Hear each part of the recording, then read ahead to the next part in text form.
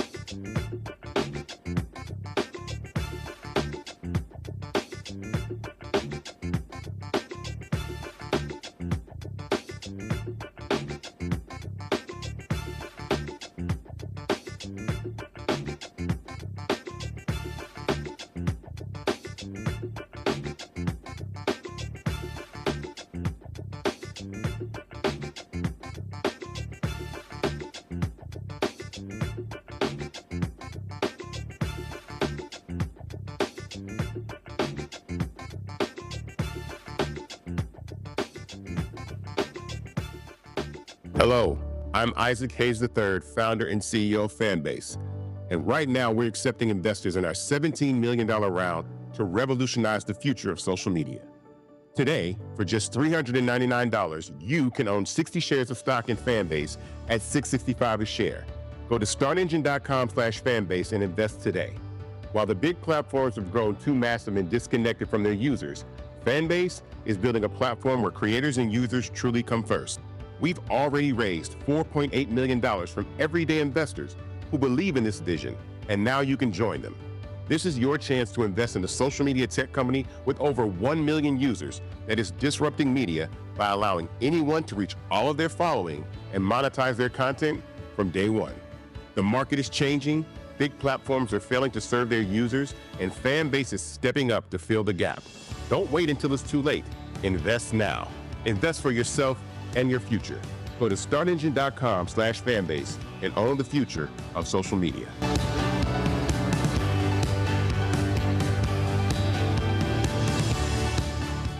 Folks, Black Star Network is here. Hold no punches. I'm real revolutionary right now. Black power. Support this man, Black media. He makes sure that our stories are told.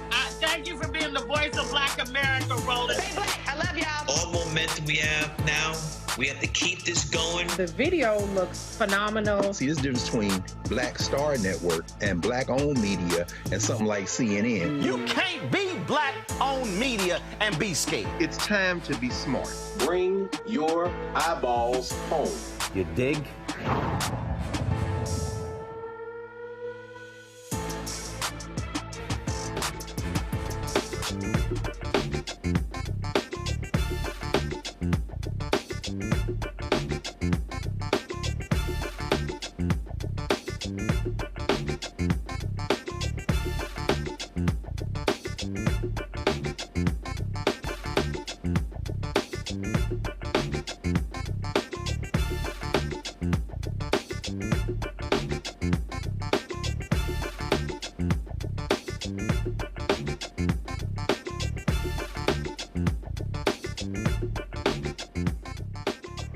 Today is Friday, January 31st, 2025, coming up on Roland Martin Unfiltered, streaming live on the Black Star Network. Donald Trump and MAGA, they think HBCU graduates are dumb, stupid, illiterate, and don't have any psychological understanding. Yeah, and Fox News, they have no problem spreading those lies as well. You should be concerned about funding for HBCUs. That is a huge issue. We'll talk to North Carolina Congresswoman Alma Adams about that very issue. We'll also be joined by CDC member Sidney Kamlager-Dove of California to talk about the federal freeze on funds and also how the raping and the pillaging of the federal government is underway, with Elon Musk having access to the sensitive data on how the federal government spends $6 trillion. Folks, we'll talk to two advocates for people with disabilities to discuss the attacks by Donald Trump and MAGA against disabled Americans. Fox gets called out for having DEI language on their job postings, so they start scrubbing the internet and removing that. North Carolina Republicans, they effed around and found out. Now they are regretting their votes. We'll show you some of these folks in our FAFO 2025 segment. Plus, digital show host Brian Cohen is going to be joining us, talking about the question, do Democrats actually have a spine to fight back against MAGA? It's time to bring the funk on Roland Martin Unfiltered on the Black Star Network. Let's go. He's got it. Whatever the miss, he's on it. Whatever it is, he's got the scoop, the fact, the find. And when it breaks, he's right on time and it's rolling. Best believe he's knowing. Putting it down from sports to news to politics. With entertainment just for kicks, he's rolling. It's on go, roll, y'all. It's Roland Martin.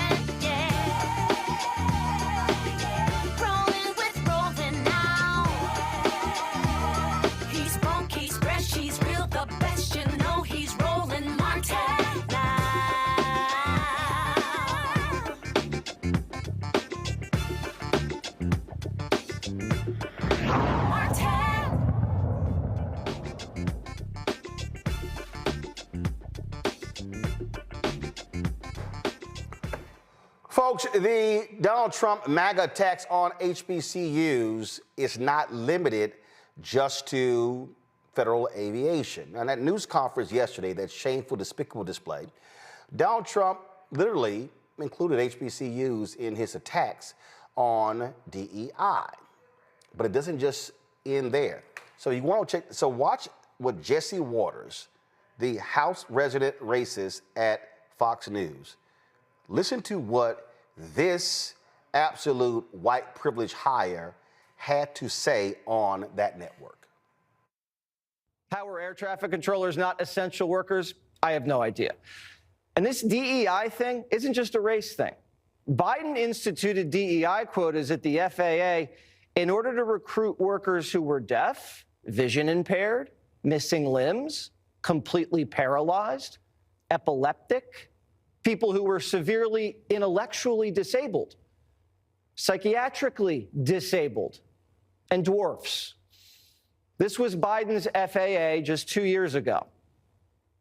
We need a diverse group of air traffic controllers to bring distinct perspectives to handle the ever-changing aerospace landscape. I'm calling on students and alumni from HBCUs, Hispanic serving institutions, and tribal colleges to apply now to become air traffic controllers.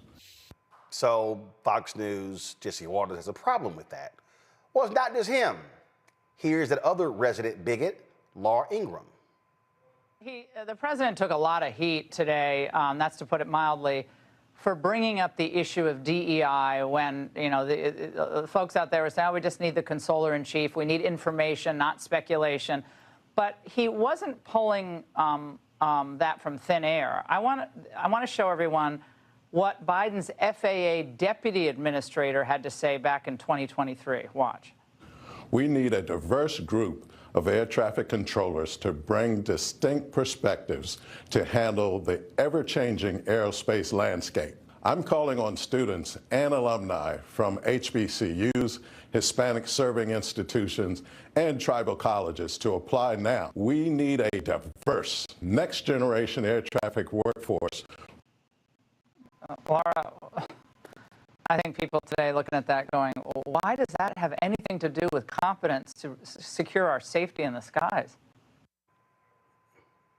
Are y'all aware that 93% of all airline pilots in America are white? Yeah, 93%.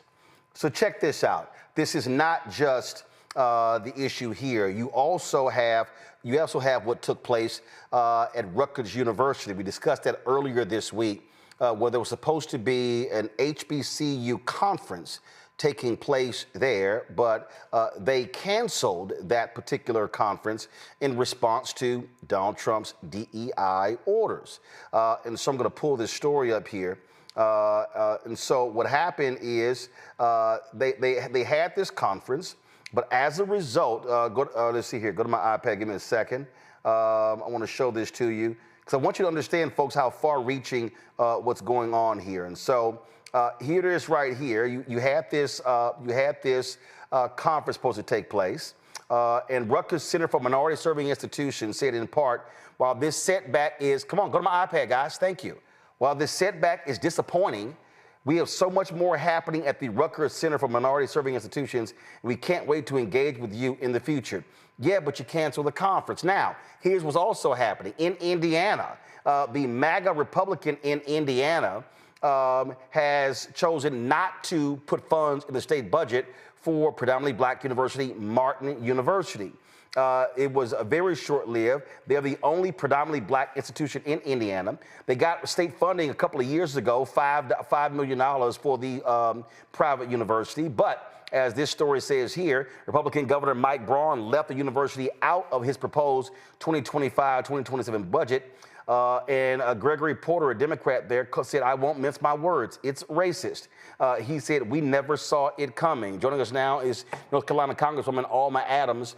Congresswoman, are you still the co-chair of the HBCU caucus in the House? I am indeed, and we have a lot of work to do, and I agree with the gentleman. It is racist.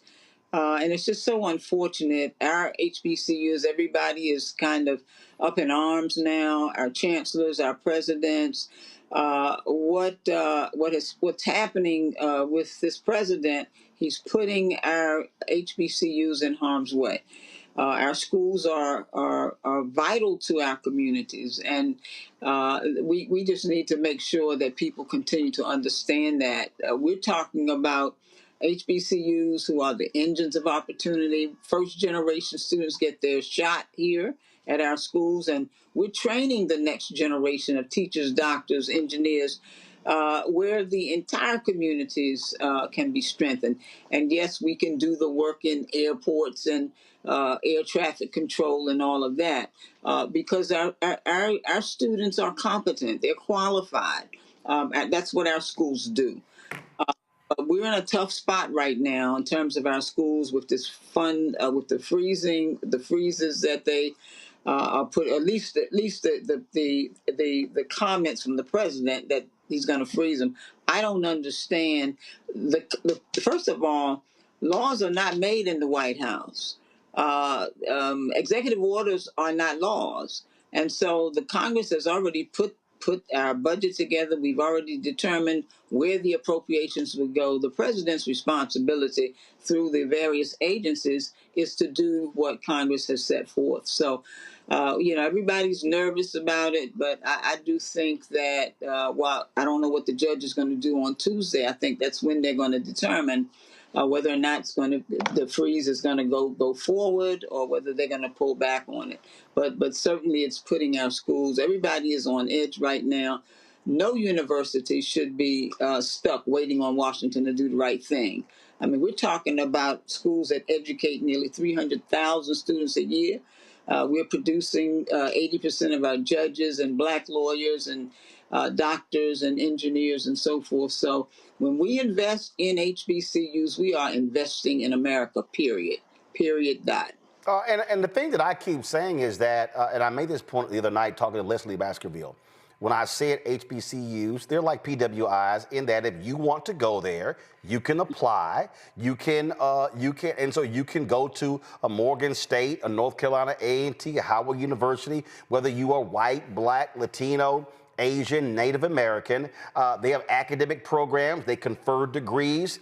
You have HBCU students who compete against PWIs in robotics competitions, debate competitions, and all sorts of things. But what they're really saying is that if all they see is the B in HBCU, most of these white folks in the Trump administration, they ain't never even been to an HBCU, haven't walked on the campus, haven't talked to anybody, but all they see is black. And what they are doing is, what they're speaking to is, in their minds, they say, oh, black, you're inferior. They're saying also to white women, you're inferior. They're classifying anybody who's not a heterosexual white male, you are inferior. That's what they are driving home with all of these attacks. And you know what? The president is, he is certainly fueling this fire. And all you have to do is look at the administration that he's putting together. You're exactly right. Grossly unqualified white people. That's exactly right. You know, when they talk about we want people who are competent, the majority of the folks that they're looking at, they don't have credentials, they're not qualified, certainly they're not competent. And I just think it's too bad that what Donald Trump is spewing out is filtering all over this country, and people are buying into it, including corporate America. I mean, it's just amazing to me when you talk about the schools and folks pulling back on their programs that provide diversity. All of that is in the Constitution. I mean, diversity is what makes us who we are, makes us great. But I think it's just pretty incredible. And of course, we're looking at beginning of Black History Month. And so he wants to take all of the history out of the school. So I just wonder, are they going to really pass that proclamation? Is he going to sign it? But it's really a slap in the face, considering the contributions to this country that our HBCUs have made, and DEI. I mean, so some people still don't understand. HBCUs were founded for the purpose of educating kids that look like me and you. Because why? We couldn't go anywhere else. Those doors were closed to us. And we were educated during a time in history founded the early 1800s all the way to 1964. So we have been about education, about workforce development, economic growth. We've trained our scientists, business leaders. We have just been about even the national security experts. So it's not about checking a box with us. It's about making sure that our country stays strong in terms of economics, in terms of business, and everything else. So it's not just about keeping the lights on as we're fighting for HBCUs. It's about making sure that our schools not just survive, but that they thrive. And so I'm going to continue to be a champion for our students, for our institutions. And you're right, anyone can attend an HBCU. And my bill, for example, Ignite, it's not even about, it's about dealing with the infrastructure primarily on these campuses that are about 200 years old almost.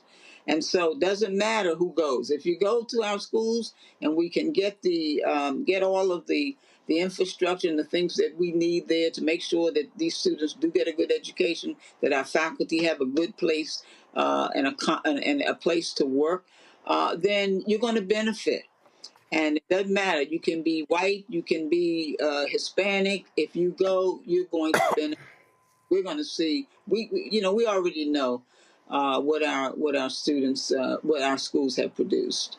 And historically, that when it comes to HBCU funding, that's one of the rare areas of bipartisanship that we've seen. But the problem today, Congresswoman, is that you got Republicans, frankly, who don't have any guts. I mean, they are simply kissing the butt of Donald Trump, and they are accepting nearly everything.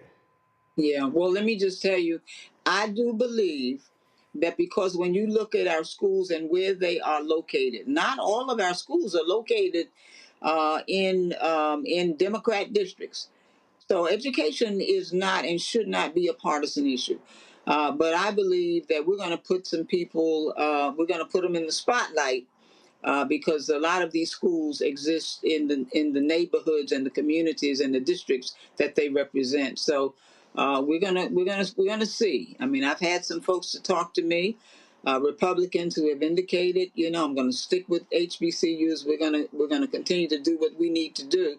So we're going to put them to the test, and we'll see. All right. Congresswoman Alma Adams, we certainly appreciate it. Thanks a lot. Thank you, Ro. Thank you for all you do, my brother. We appreciate you. Thank you very much. Folks, again, when we talk about, what their strategy is, we see this continuing to play out. Alina Habba, who is an absolute idiot attorney, she got her butt kicked numerous times in court defending Trump. She gave an interview on Fox News where she was talking about competence and how we don't want lazy, incompetent people. Listen to this sheer stupidity. J.B. Pritzker, Illinois governor, a Democrat, had a stinging statement. All right, I'm going to read it for you and get your response. Donald Trump is unfit to lead during moments of crisis like this. Before victims have been identified, Trump's blaming people with disabilities. He's blaming the U.S. service members in a Black Hawk helicopter. He's blaming hiring programs he can't even name or offer examples of. The buck stops with him. That he's failing to demonstrate his role as protector of the American people and head of our government. How would you respond in kind on that, Alina? Well, we're doing strong and big things and very quickly. So they're trying to get their sea legs on their new narrative against the Trump administration. That's first. We're seeing that. Let me discuss what President Trump said. He said two things that are not to be conflated, which I continuously hear being conflated. One is DEI is a major problem in this country. We had unqualified people hired through these programs, not on merit, but based on your race or checking a box. That is unacceptable. That's one thing he said. Now, what he said about this case was he was going to find out what happened with these planes. This tragedy is absolutely unacceptable. He has no tolerance for irresponsibility. Intelligent people need to be put in these places. We cannot have sloppy, lazy and inappropriate hires because American people are going to suffer and die. And that is a result not of frankly, the last administration's irresponsibility. So the two are getting conflated, and that's part of their narrative. Like I said, I've spoken out against left-wing media's spin ad nauseum, but that's what they like to do. Take one thing that he says over here, what Doge is doing, cleaning up and being responsible with taxpayer dollars, and then take a crisis and make it look like he has no compassion. This is a man whose first bill sitting as the 47th president was the Laken-Riley bill. The Laken-Riley Act was so important to protect our people. And all he's saying is we need the best of the best, and America has the best of the best. Okay, on our and soil. we're waiting for answers. Maybe. Really? Go to my iPad, Anthony. You see this headline in Politico. DEI not to blame in crash, says top Republican overseeing the Federal Aviation Administration. Congressman Sam Graves, the Missouri Republican in charge of overseeing the Federal Aviation Administration in the House, said Friday that diversity initiatives at the agency had nothing to do with a crash between a commercial airplane and an Army helicopter that killed 67 people earlier this week. Nothing. See, Alina Habba sat there and lied. Oh, y'all are conflating. No, we're not conflating. We know exactly what we heard. We heard y'all loud and clear. We heard exactly what y'all had to say in terms of these attacks. We know who these people are. We know what they say. We know what they do. See, they want to play this cute little game.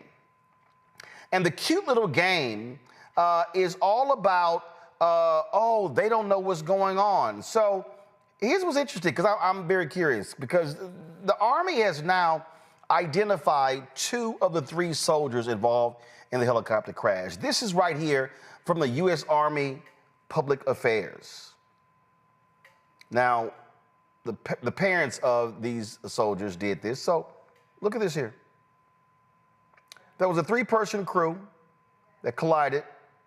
Staff Sergeant Ryan Austin O'Hara of Lilburn, Georgia. Andrew Lloyd Eves of Great Mills, Maryland. The remains have yet to be recovered. Therefore, duty status whereabouts is unknown. Yeah, that's. Here's a photo right here. Show caption. Will do. This is Andrew Lloyd Eves of Great Mills, Maryland. This is Staff Sergeant Ryan Austin O'Hara of Lilburn, Georgia. DEI hires? Really? One of the fathers of these men said they are sick of what is being said about his son. But when you are a blatant racist and you actually do not care, here he is, the father of one of these soldiers who was serving this country. Here it is. I know they've identified one of the pilots, but if the other pilot was a woman, to me, I can't imagine being the parents of that other pilot if she was a girl, saying that because she's a woman, she was less capable than the man. I can't imagine the horror that those parents must be going through. I mean, I'm hoping that's not the case. I don't know who the other pilot was, but Ryan, I know Ryan respected the people that he flew with and trusted them with his life. And, you don't get to do something in the Army unless you're qualified. You have to earn your spot to be moved into the ladder, to be put into that helicopter. They don't just give it to you. You earn it. As a pilot, you never stop flying. You don't give up on the airplane. And what goes through my mind is I can just see him. I'm not sure if he was pilot flying or he was the pilot not flying on that leg. We trade off. But if he was a pilot flying, he didn't give up all the way to the ground or all the way to the water. He would have been moving those controls and trying to figure out what's going on. But here you have these 4 white men standing up there: Donald Trump, J.D. Vance, Sean Duffy, Pete Hegseth, sitting here race baiting. But I told y'all what they were doing. Their whole goal: how do you push the buttons of white America? Because see, what white America has decided is that all of the problems in America are because of those people, those unqualified people getting our jobs. This is what Van Lathan said on his podcast on this very issue. And I've told y'all to listen to what they're doing so you can understand that this thing is much deeper than DEI, is what I just said. That they are saying to white America, you have not gotten ahead because of them. They have your jobs. They have your houses. They have the life that you should have. It's them, those people, those black people, those brown people. It's all because of them. Roll it. We say that DEI is the new N-word. Yeah. It's not the new N-word. It's worse than the N-word. The term DEI right now has become the worst slur in American history. It's worse than the N-word. I'm not going to go through a whole diatribe about why the N-word is bad historically and what the N-word has meant historically and in the contemporary sense. What I will say is this, is the term DEI or DEI hire is not just being used to undermine the qualifications, the capability, and the readiness of Black people and women and other people in all of these different sectors. It's not just minimizing them. DEI is placing the blame of all of society's ills at the feet of these people. Mm-hmm. If a fire happens, it's because of DEI. If a plane crash happens, it's because of DEI. If we lose a battle, it's because of DEI.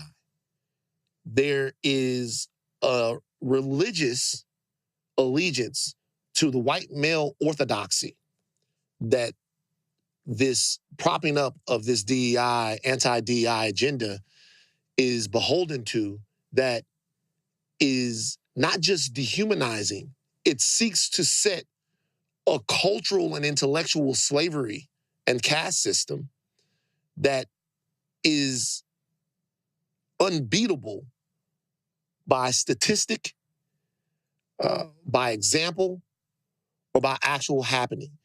The belief that every single thing that goes wrong in American or world society is because white, straight males aren't in charge is a religious endeavor.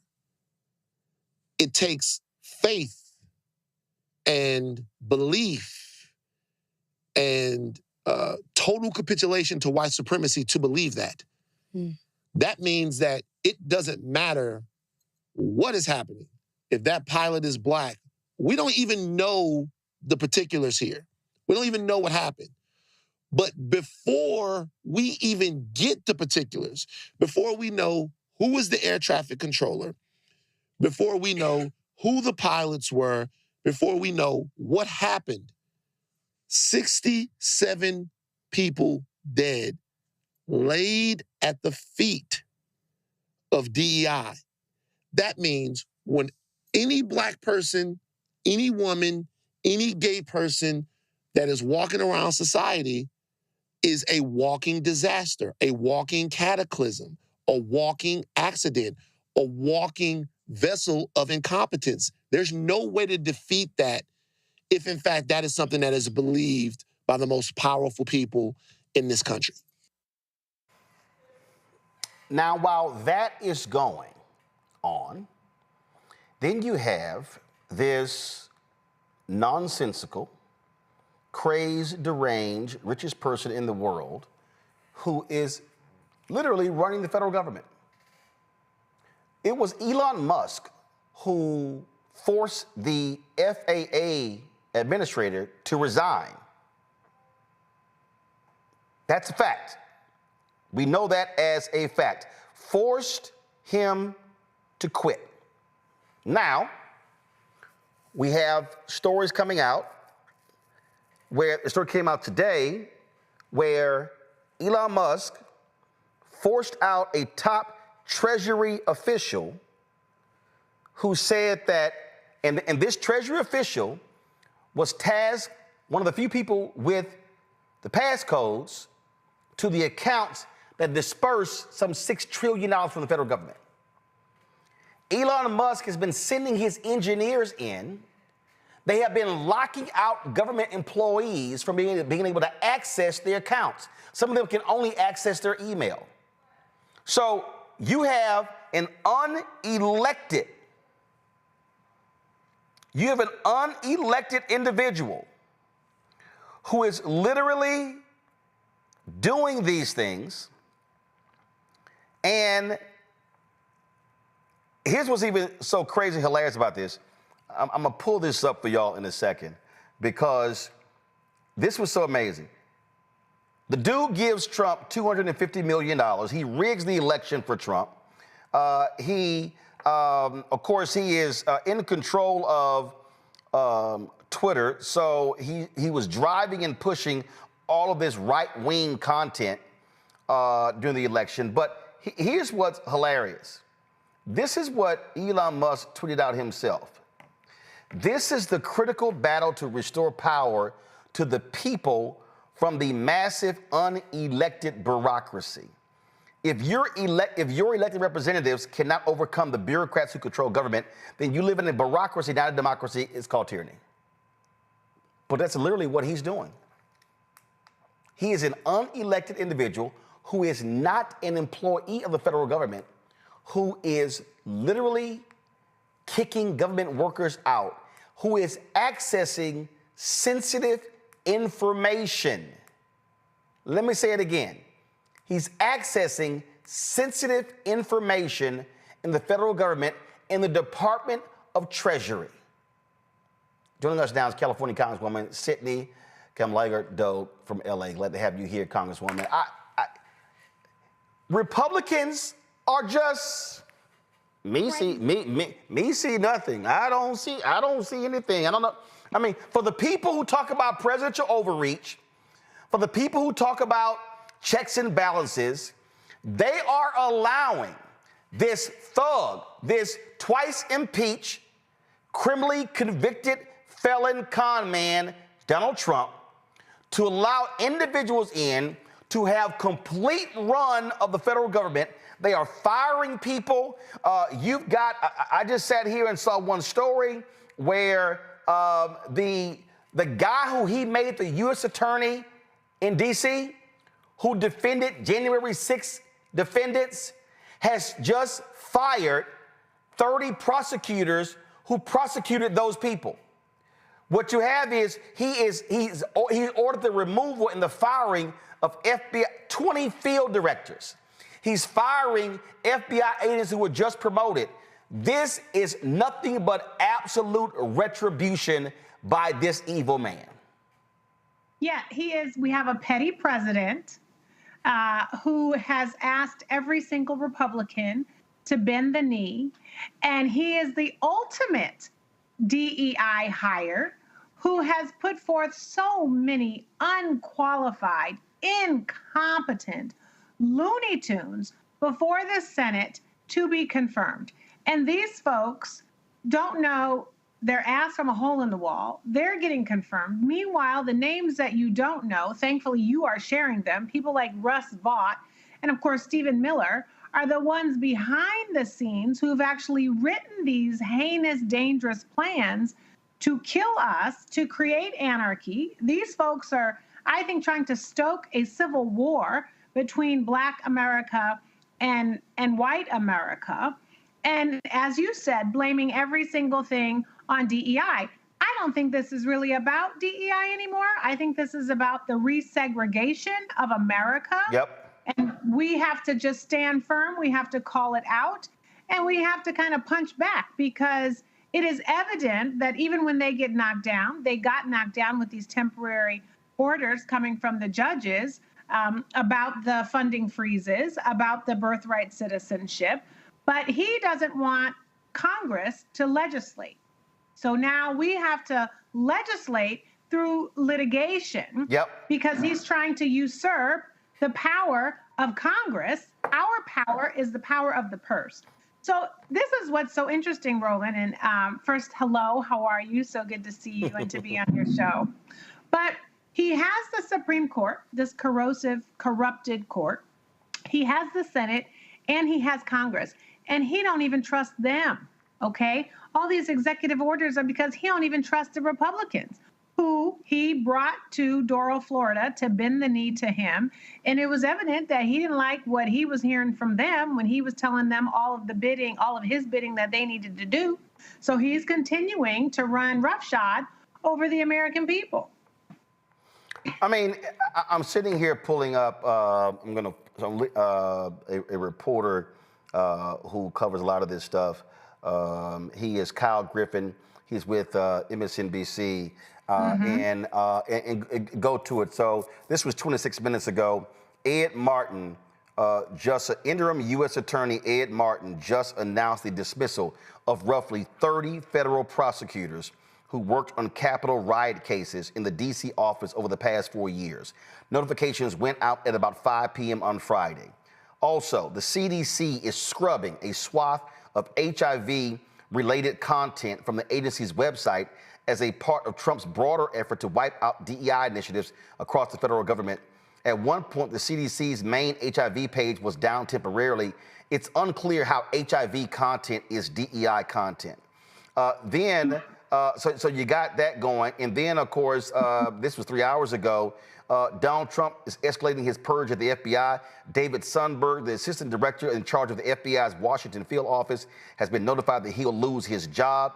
Sundberg headed the office as his agents participated in the Trump investigation. And so what he's doing is also, this was another post, several top FBI executives promoted by ex-director Christopher Wray, including officials who oversee the Bureau's criminal and cyber investigations, have been told to resign or retire and that they'll be demoted or reassigned if they don't leave. The senior officials are career civil servants, meaning they can't be fired without cause. And so they are just wreaking havoc. I saw another post that they are removing federal prosecutors from drug cases in order for them to prosecute illegal immigration cases. It's a hot mess. I do not know if that is a technical term, but that is what is going on. So as you know, in Project 2025, he said all of this was going to happen. He's now trying to reclassify all of these federal workers. Of course, we know many federal workers are African American. I've talked to some and they've said, hell no, I'm not going to go. He's going to have to come after me. I'm not leaving. It took me so long to get this job, and to get the qualifications and the experience and the education that I needed to get it. I'm not leaving just because this orange man is trying to threaten me. But he is trying to clean house and replace civil servants with loyalists. Actually, I got it corrected. 47 prosecutors. Well, he's already said he's going to clean house with DOJ. He's right. What he's doing is anybody who was involved in investigating him, he's firing. FBI agents, prosecutors, anybody.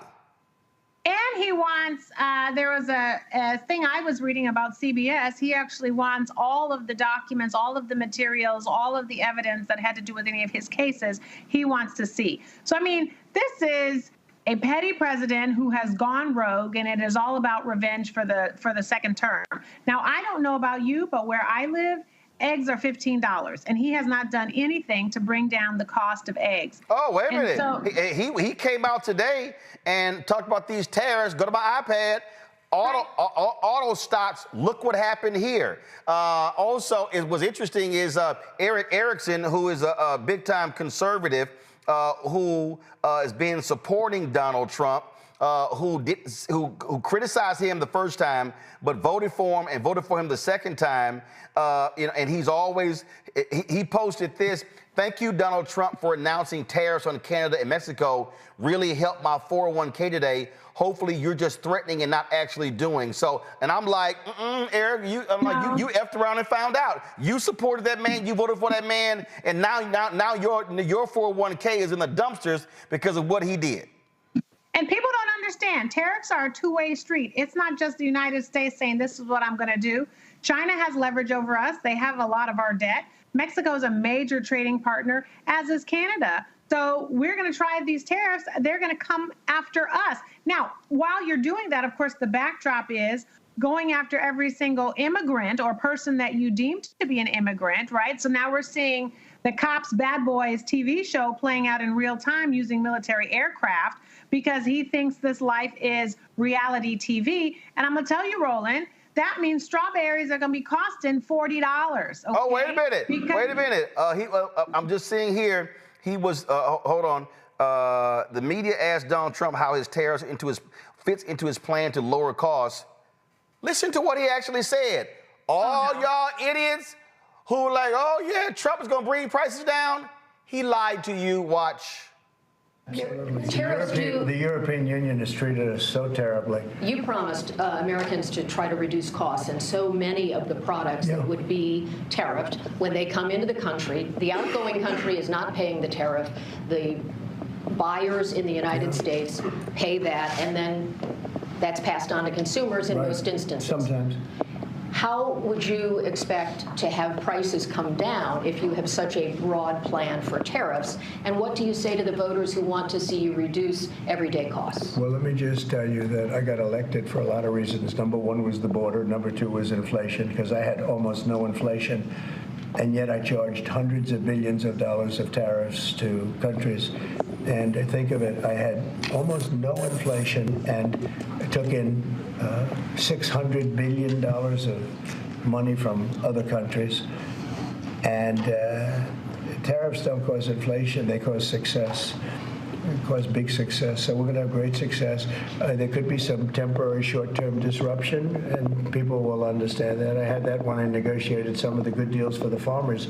And unfortunately, those deals have been led astray by Biden and his people because they didn't enforce the deals. It's going to be some short term. I'm like, okay, believe that? No, boo. No, boo. It is not going to be short term. First of all, I don't understand why he continues to talk about Joe Biden. Joe Biden is no longer president. I swear Donald Trump has such penis envy when it comes to Joe Biden. But the reality is, when you're talking about immigration, you're actually talking about supply and demand. You need more people coming into your country because the demand is greater than the supply. Immigration is about competition and it is about economic strength. So he wants to take away all of our assets, a lot of our assets, a lot of our competitive edge by doing this crazy crackdown on immigration, which is really about xenophobia. So we don't have Bob the Builders anymore, okay? Half of Los Angeles burned up in both of these fires. If we're talking about a massive rebuild, who will be building those homes, Roland? Who will be rebuilding those businesses? Because he's trying to get rid of all of the workers, all of the support that this state really relies on to make us the fifth largest economic capital in the world. Well, you're gonna love this. Let me pull it up my iPad. So you're gonna make me start day drinking. So well, for me, thank goodness I've never drank in my life. So thank goodness. But here's what's absolutely just what you were talking about. We already see the impact when it comes to crops. So, but before I was coming in, I came in, and so I've got my. I'm trying to sit here and do my meal plan. So this is a black-owned protein company. I'm gonna show the back because they ain't advertising, so they ain't sending us a check. Okay. So, but no it's a black-owned protein shake company.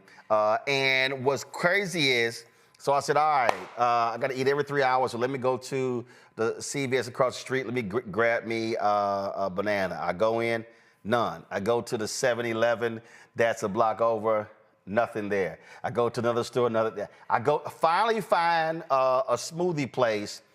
They have 5 left. The whole thing is empty. And I said point blank, I said, y'all better get used to it. Y'all better get used to these empty baskets, because who y'all think is going to be out there picking stuff? Exactly. And prices going to jump up. Go ahead. 100%. So we did a press conference today to talk about food access because of the funding freeze. Half the folks in our community are using WIC. The man is trying to do this funding freeze that would impact SNAP, food stamps, a lot of white folks on food stamps, okay? It would actually stop funding for baby formula. So now why are you going to take it out on the babies? So we had a farmer come And I have been complaining about $15 eggs because that is too expensive for me. And when I go to the grocery store, they have a couple of baskets of $15 eggs, and then there's only maybe 2 or 3 cartons, and the rest is barren. And the farmer was saying, yes, when you cut money to USDA, when you cut money to federal programs, when you don't have inspections for some of these massive farms, then you have all these recalls. When you have recalls, that means they have to take the food off the shelves. So then you have to rely on the small farmers to supplement the food that you can't get at the grocery store. And the small farmers also rely heavily on federal funds. So the small farmers can't deliver in absence of the large companies that you are so used to seeing when you go to the grocery store, because everyone has been impacted by this president, by his administration, and by these funding freezes. People say, oh, no, government is bad. I'm telling you, boo, you need federal government in every single thing that you do. Just because you don't see it does not mean that the federal government is not somehow funding how you are able to live your life. Well, folks, y'all gonna get used to seeing a whole lot of this right here, and that is empty baskets and shells over the next 4 years. Congresswoman, we appreciate it. Thanks a lot. Thank you. Folks, gonna go to a break. We go a quick break. We come back. I'm gonna chat with my panel. I know they cannot wait to chat. You're watching Roland Martin Unfiltered right here on the Black Star Network. What's up, y'all? Look, Fanbase is more than a platform. It's a movement to empower creators, offering a unique opportunity for everyday people to invest in Black-owned tech, infrastructure, and help shape the future of social media. Investing in technology is essential for creating long-term wealth and influence in the digital age. The Black community must not only consume tech, we must own it. Discover how equity crowdfunding can serve as a powerful tool for funding Black businesses, allowing entrepreneurs to raise capital directly through their community through the Jobs Act.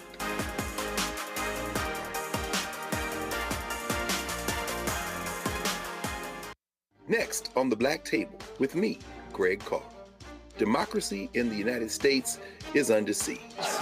On this list of bad actors, it's easy to point out the Donald Trumps, the Marjorie Taylor Greenes, or even the United States Supreme Court as the primary villains. But as David Pepper, author, scholar, and former politician himself says, there's another factor that trumps them all and resides much closer to many of our homes. His book is Laboratories of Autocracy, a wake-up call from behind the lines. So these state houses get hijacked by the far right, then they gerrymander, they suppress the opposition, and that allows them to legislate in a way that doesn't reflect the people of that state. David Pepper joins us on the next Black Table, here on the Black Star Network. How you doing? My name is Mark Curry, and you're watching Roland Martin Unfiltered. Deep into it, like pasteurized milk without the 2%. We getting deep. You want to turn that shit off? We're doing an interview, motherfucker.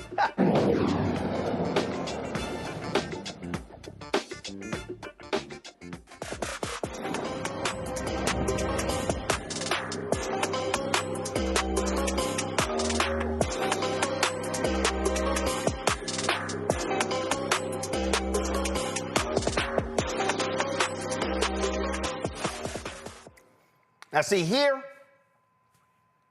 we told y'all what was going to happen. But a whole bunch of these Trump people effed around and found out. And now they're crying. Here's this white woman in North Carolina. Yeah, we voted for Trump because he promised while he was campaigning like a million times that when he got into office, he was going to bring down prices, bring down grocery prices. The inflation has been high ever since COVID, and he promised he would bring that down, but it's obvious to me now that that was not true. Egg prices have skyrocketed. The bird flu is killing all the birds, and he doesn't seem to be doing anything about that. He's stopping disease communications from the disease centers in America, pulled us out of the WHO. Like, how does that help anything? And yeah, all he's been doing is taking away rights and freedoms, or trying to. He's not doing anything about the economy. So, yeah, we totally regret our vote at this point. We've had a really tough time here in North Carolina. Half of my house got washed away in Hurricane Helene, and I applied for FEMA assistance, and we got approved. But now Trump is canceling FEMA and emergency assistance to people. He's also canceled Medicaid for my children. I know they said they put a halt on his freezing of the funds, but the Medicaid portal is still not working, so we can't access anything for our children's health insurance.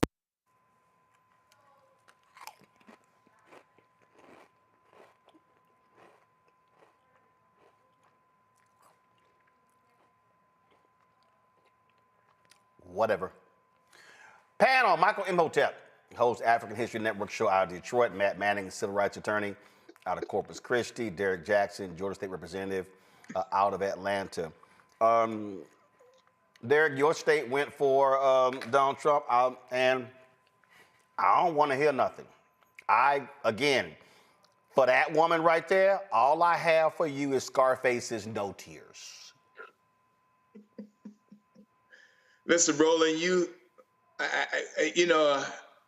I don't think we can say we told you so. When you think about what he said while he was campaigning, he is fulfilling every promise, and that was outlined in Project 2025. We are not surprised. Here's. I just want to make 2 points, Roland, if I could.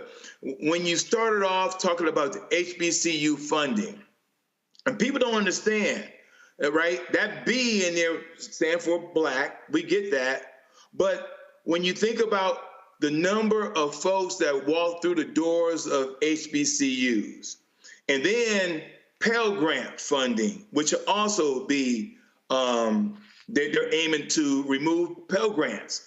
And so I had to do some math here and look at the data, because on the Roland Martin show, we talk about facts and figures and data. 72% Black students get Pell Grants. 51% Indian students get Pell Grants. 48% Hispanic students and Latino students get Pell Grants. 36% Asian students get Pell Grants. 34% white students get Pell Grants. And so while he's going after the HBCU, they're going to do this in the most clever way, because not all actions, Roland, as you well know, are done through legislative means.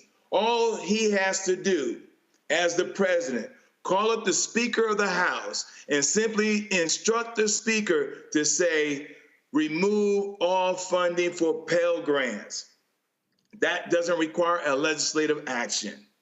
That doesn't require an executive order. That doesn't require a memo. All he has to do is call up the Speaker of the House and say, remove all Pell Grants funding. The second and my last point, Roland, if I could, when you think about this whole thing about diversity, equity, and inclusion, and as a retired military officer, and in the 18 months of my 22 years, I was an air traffic controller.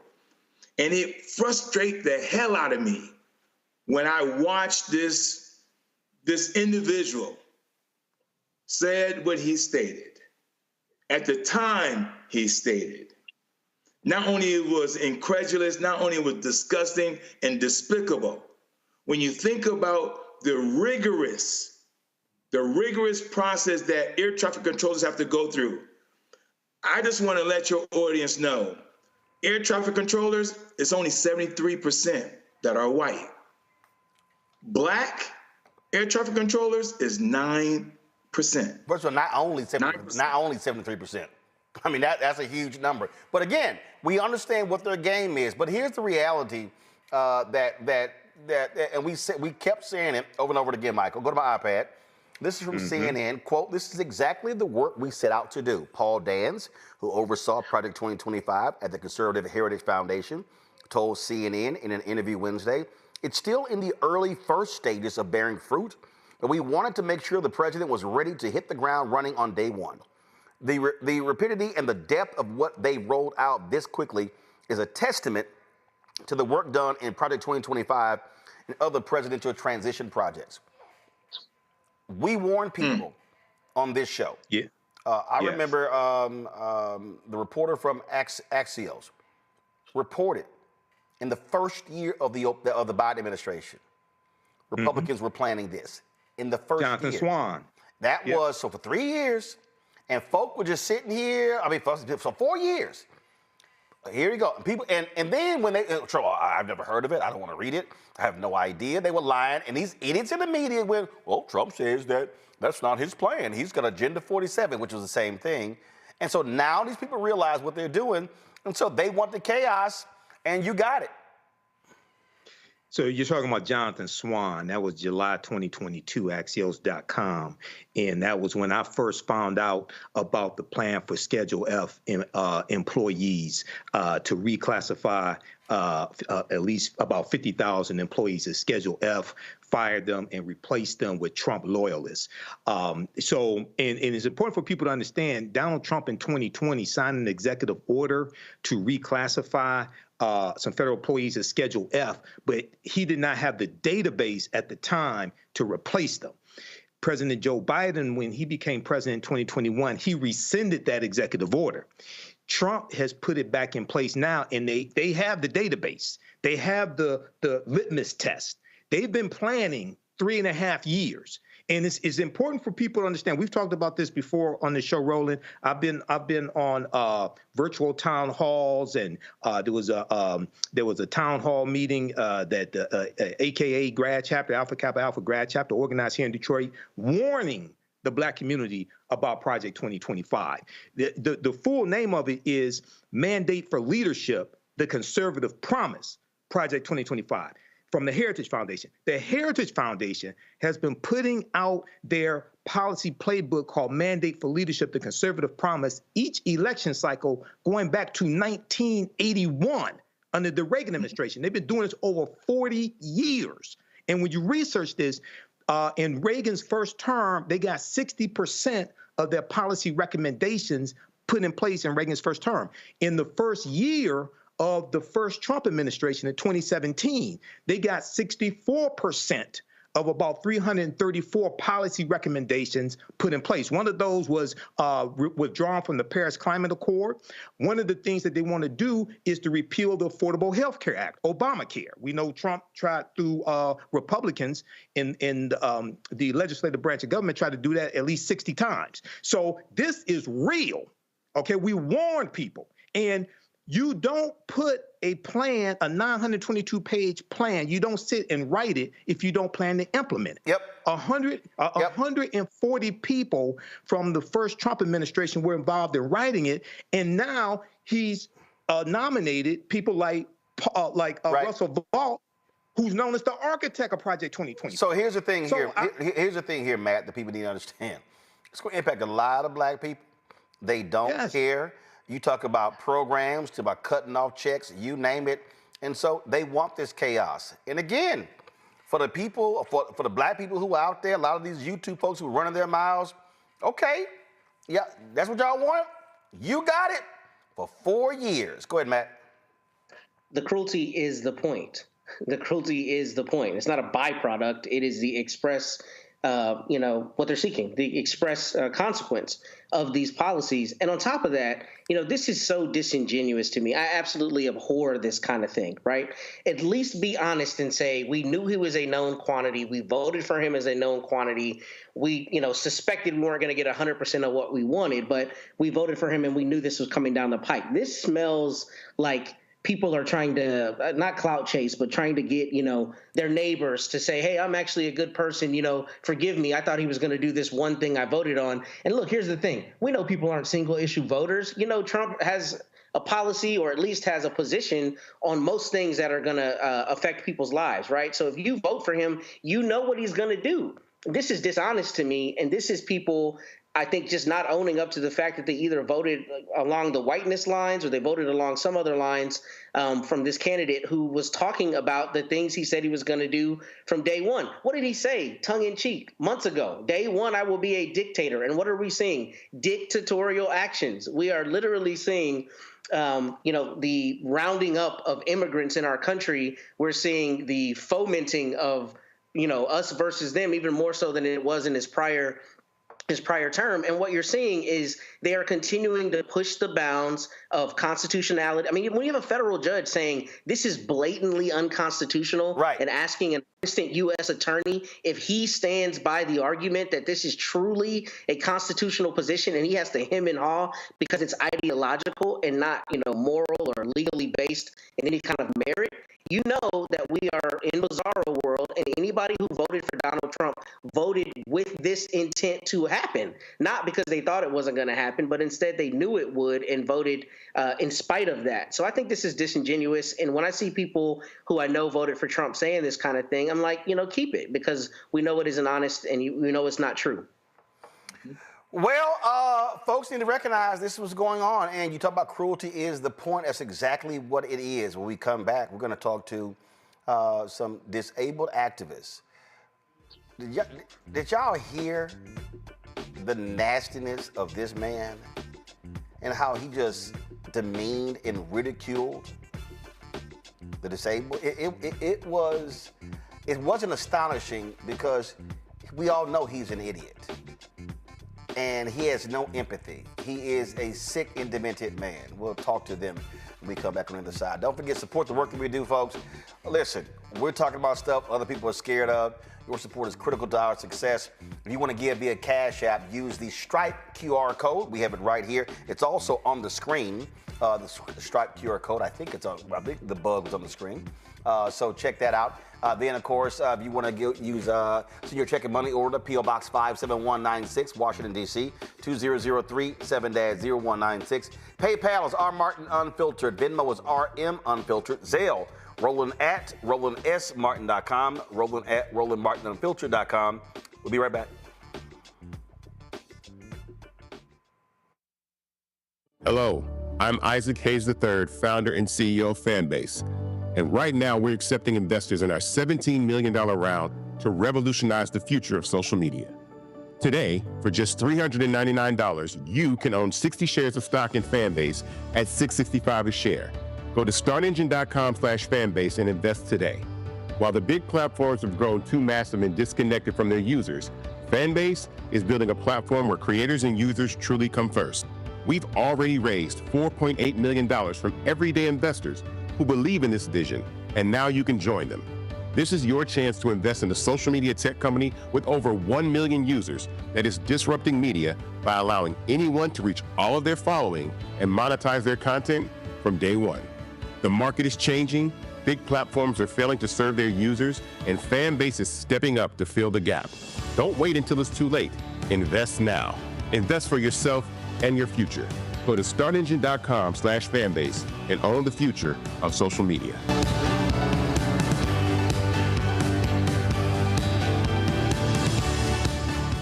On a next, A Balanced Life with me, Dr. Jackie, the necessity of believing in things you can't see. It's called faith.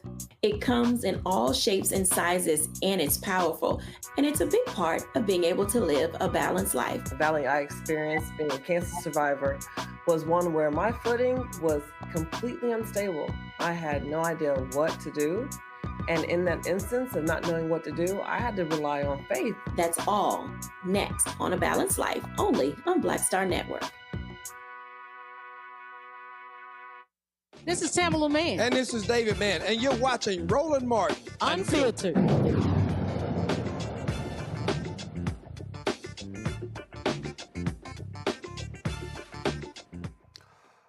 Folks, at that pathetic news conference yesterday, some of you might recall the shameful and despicable things that Donald Trump said about disabled Americans who work for the Federal Aviation Administration. Listen to this pathetic man. The FAA's diversity push includes focus on hiring people with severe intellectual and psychiatric disabilities. That is amazing. And then it says FAA says people with severe disabilities are most underrepresented segment of the workforce, and they want them in, and they want them, they can be air traffic controllers. I don't think so. This was in January 14th, so that was a week before I entered office. They put a big push to put diversity into the FAA's program. Then another article, the Federal Aviation Administration, this was before I got to office, recently, second term.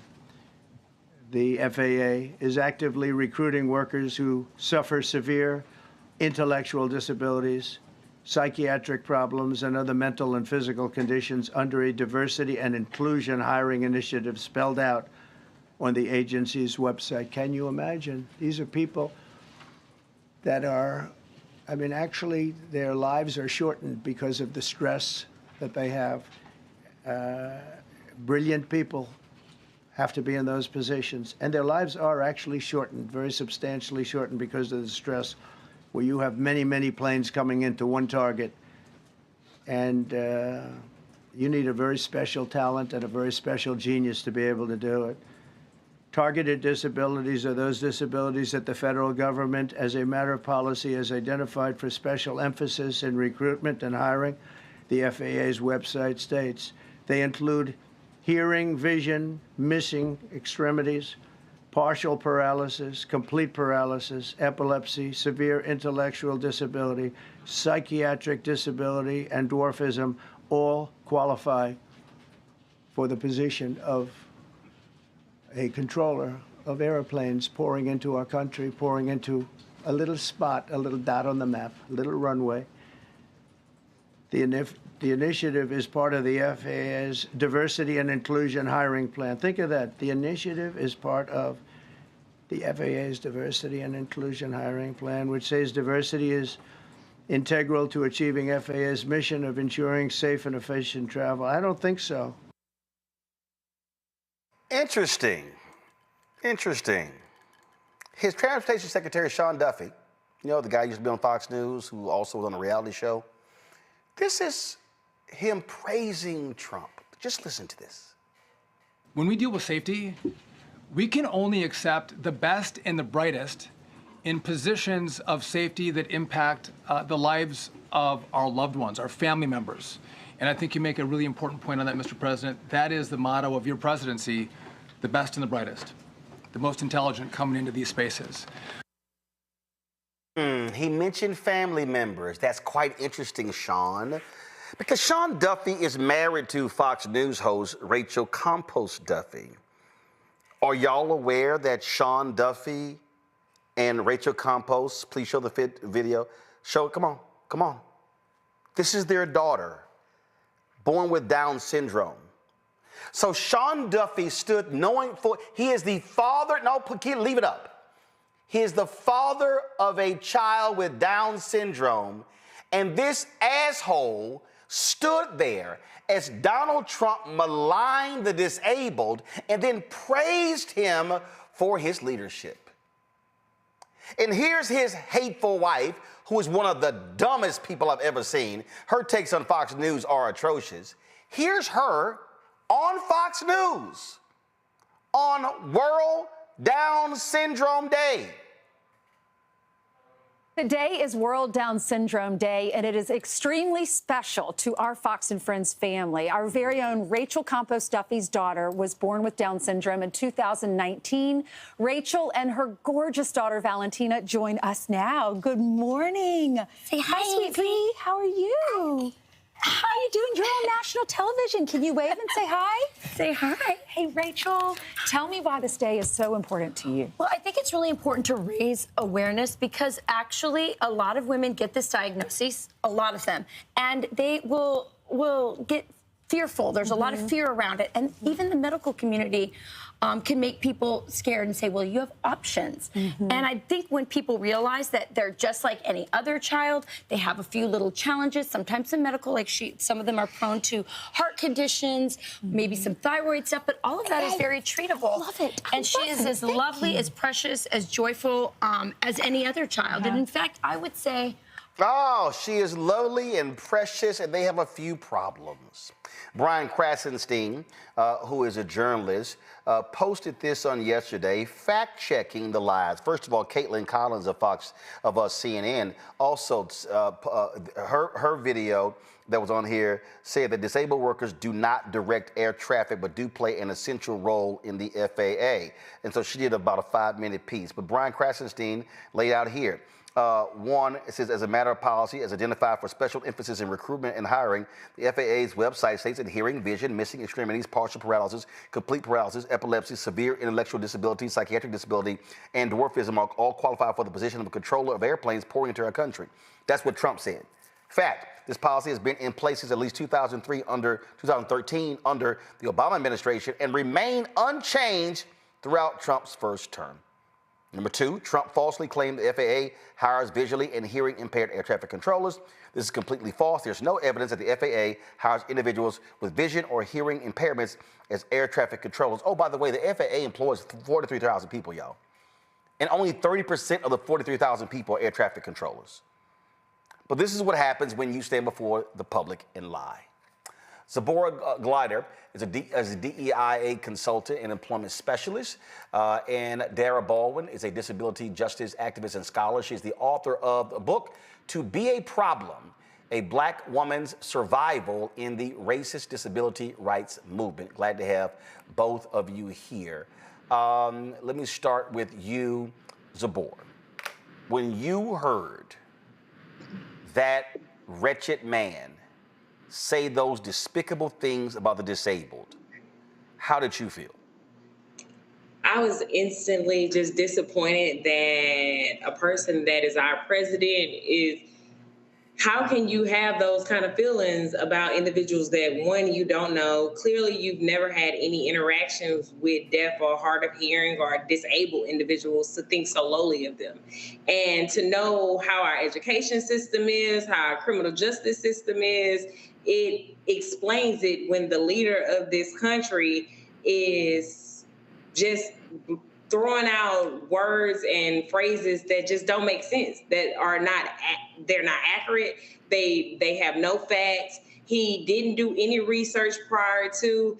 And for you to assume that these individuals with disabilities, if they are in those positions, are unable to do the job, lets me know that you just, all the people you've hired have no experience, haven't did anything. And so you think they're qualified, but you think a person with a disability isn't. It just shows a lot of ignorance, and I just didn't understand. I was so angry. Dara. Same here. Thank you for having me on. First, I want to give my condolences to the people who have lost their families and our community, as I live here in Washington, D.C., D.C. statehood. Same thing. I was, first of all, I was not surprised because, unfortunately, this man did this in his first run in 2015 when he ran, and he was despicable towards people with disabilities then. He has people with disabilities in his family, as in your intro where you show, right? Even the secretary has someone in his family, as they say for us, all skinfolk and kinfolk. Well, right, people who have family members with disabilities don't really respect that. And I didn't expect anything more from him, but I was outraged. And I was appalled by it. The community is appalled by it. Not only that, he's coming from a space of ignorance, but also a space of eugenics, horrible.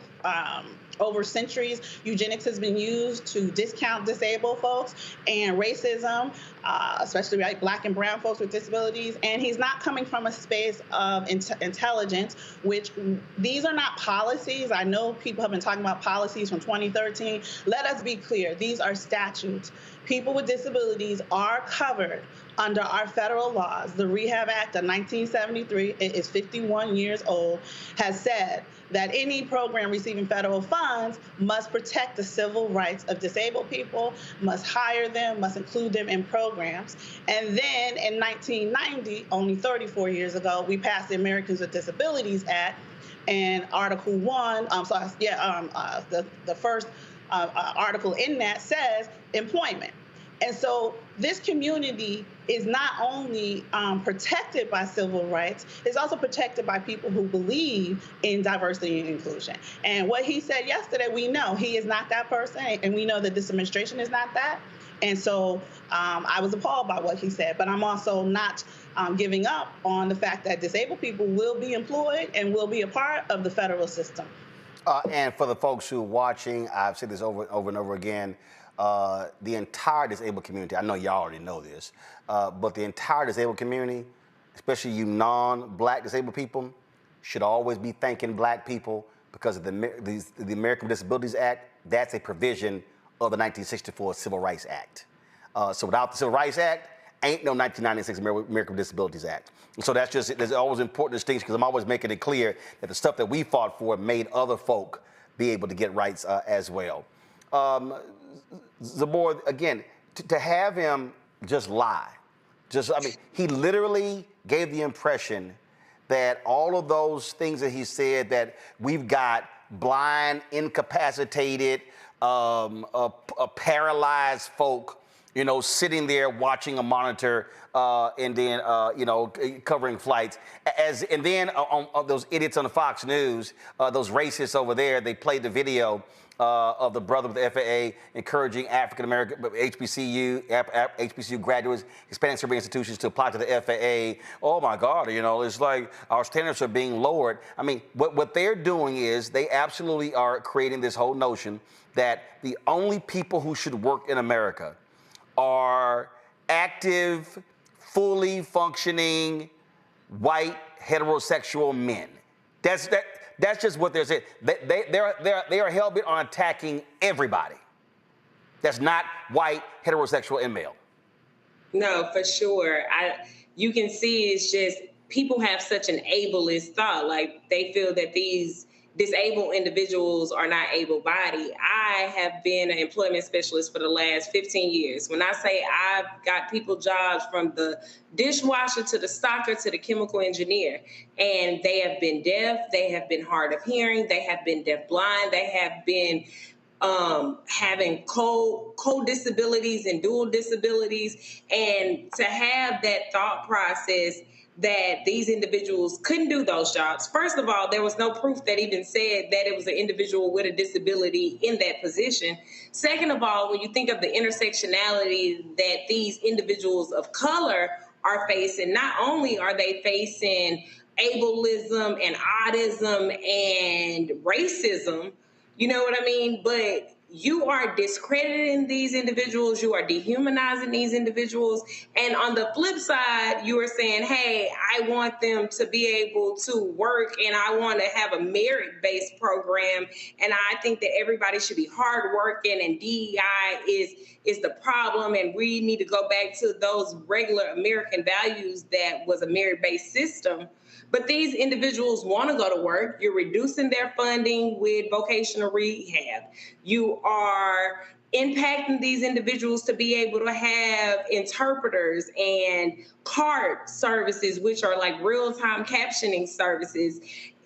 The other week when they first did those first portion of the DEI rollbacks, you saw a lot of companies saying they wasn't going to provide interpreters, and deaf people everywhere were so upset because how can you say you're not going to provide interpreters when the Americans with Disabilities Act require you to provide those accommodations? It says a reasonable accommodation.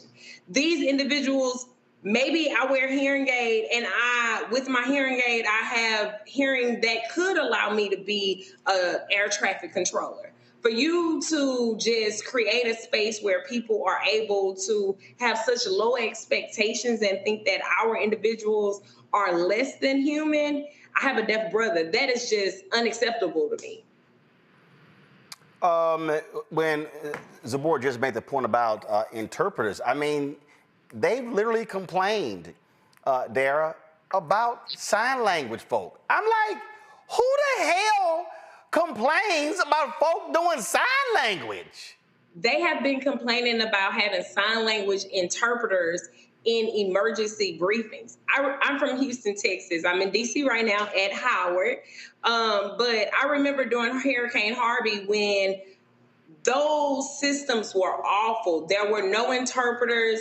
I was sitting at home, and you could see on Facebook, because that is a big area where there are groups for emergency briefings. We've had fires. We've had this plane crash. You don't know who are in these situations. And so to say that you want to take interpreters off live broadcasting is crazy. How are our individuals supposed to live independent lives outside of having someone do something for them and be able to have sustainable lives if you're taking all of the accommodations that make their lives able to move forward?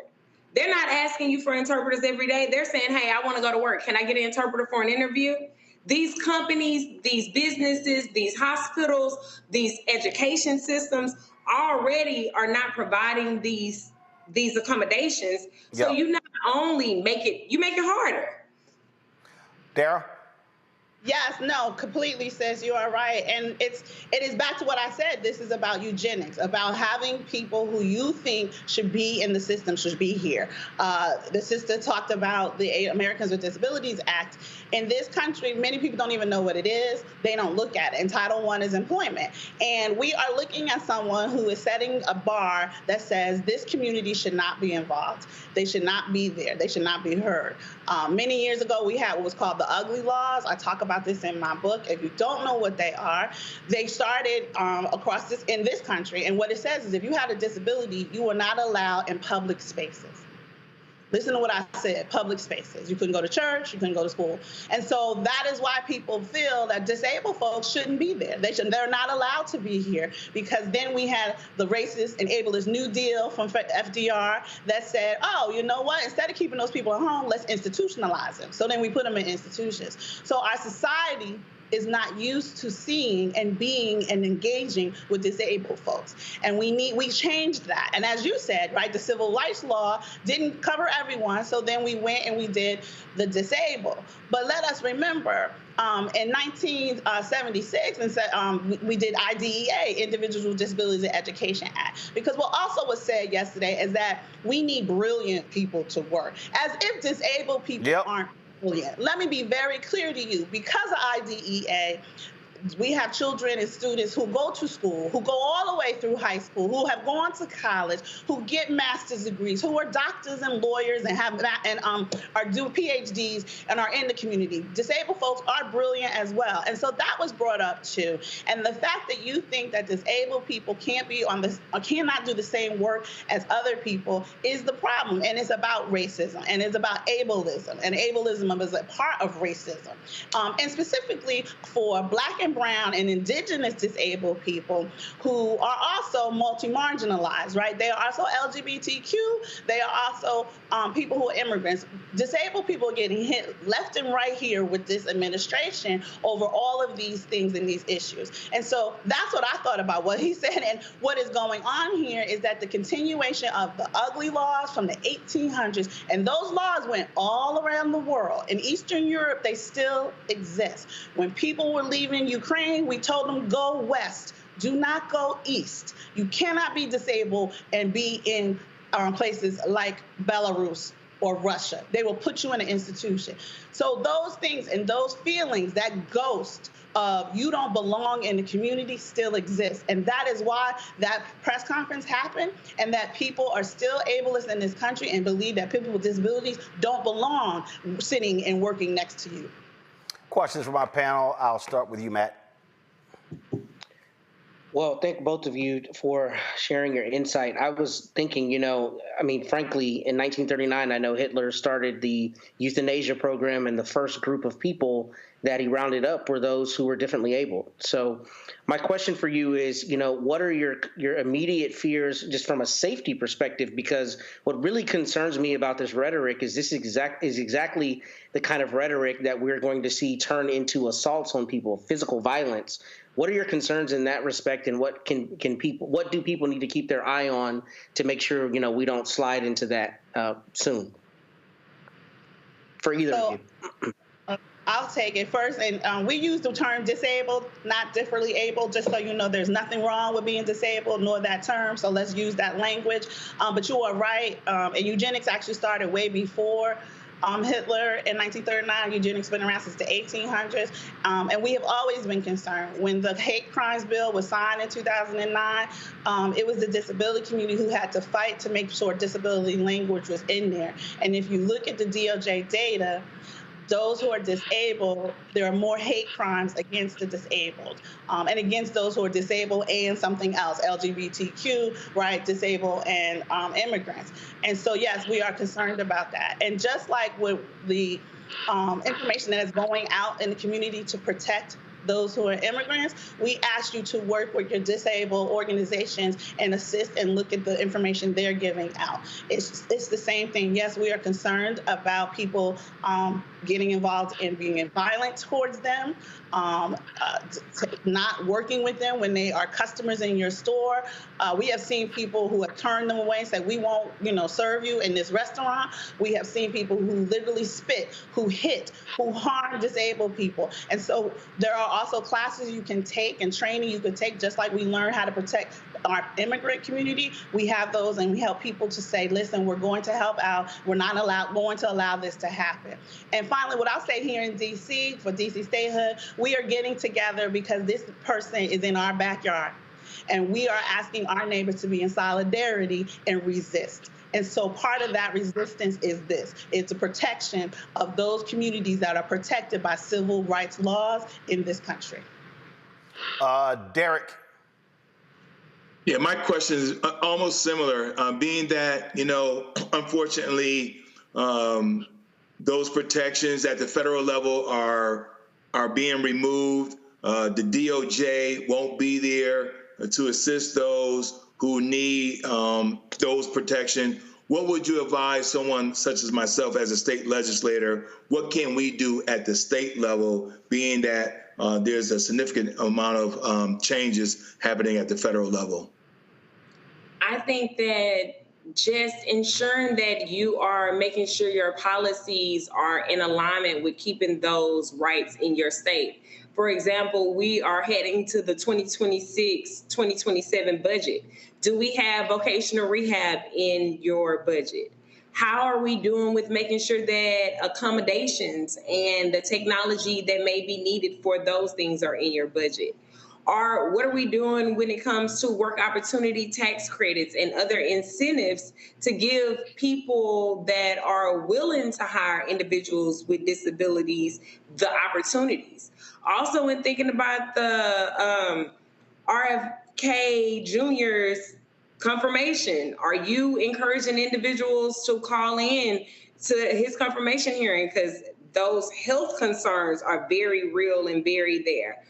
When we think of insurance and accessibility and wheelchair and medication, every aspect of policy impacts a disabled individual's lives, from their funds to their medication. So I think that just being aware that each one of your policies is a disabled policy. Michael. Totally agree. And I'll just add this. Go ahead. As a state legislator, you can hire disabled people to be on your staff so that people see that you are actually invested in hiring disabled people. And then those disabled people can be hired by other state legislators who work in your state house. Michael. All right, sisters.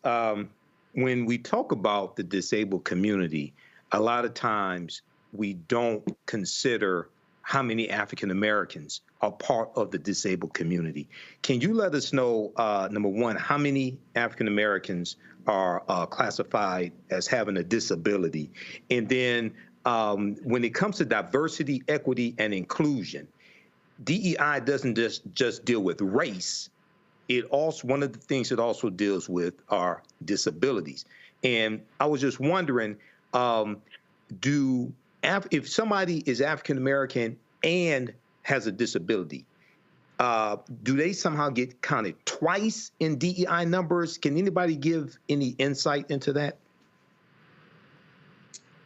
Like when it comes to somebody having a job and it classified,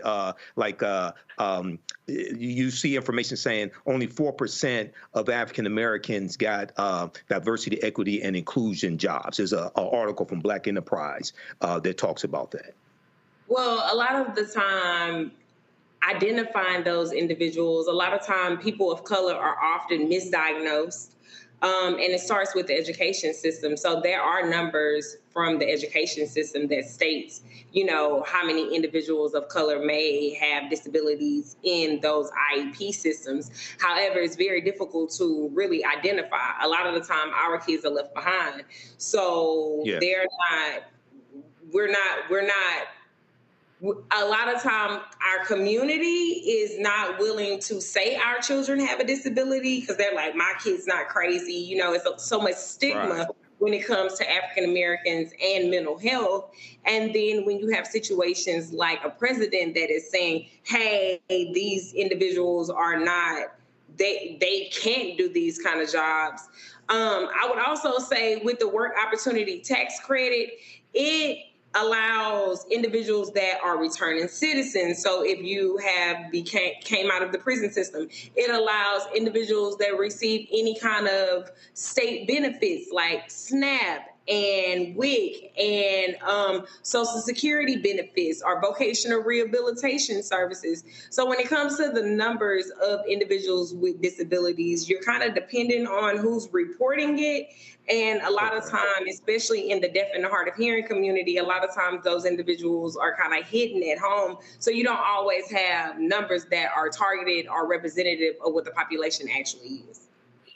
Yes, and also when it comes to BLS, the Bureau of Labor Statistics, again, according to the ADA Title I, you do not have to disclose your disability. So you might not be counted in an employer's numbers of I have 16 disabled people or whatever the percentage is. We also get numbers from the census, which is also, so when people say there's so many people with disabilities in the country, I always say that is only those people who disclose, right? Those people who fill out the census and say that.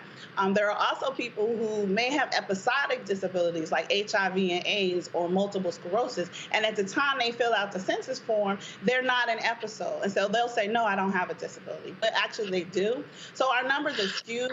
But to answer your question also about can an employee counted as both, they can, and we encourage them to look at that and say, as I call it, multi-marginalizations, that people who live in this country, you can have a transgender Black woman who's disabled, formerly incarcerated, and an immigrant.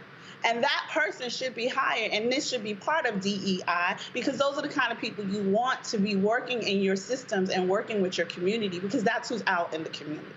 But when it comes to statistics, the numbers are really difficult to grasp. Some people say 1 in 4 people in America, 1 in 4 Black people in America have disabilities. And we always say also, as it was said, they're not telling you the numbers. And if you really do statistics, usually they'll tell you double it. When it says unemployment for disabled folks, that's a white person's number. We say double it for Black folks, triple it for indigenous, right? And so we look at those numbers in a very skewed way.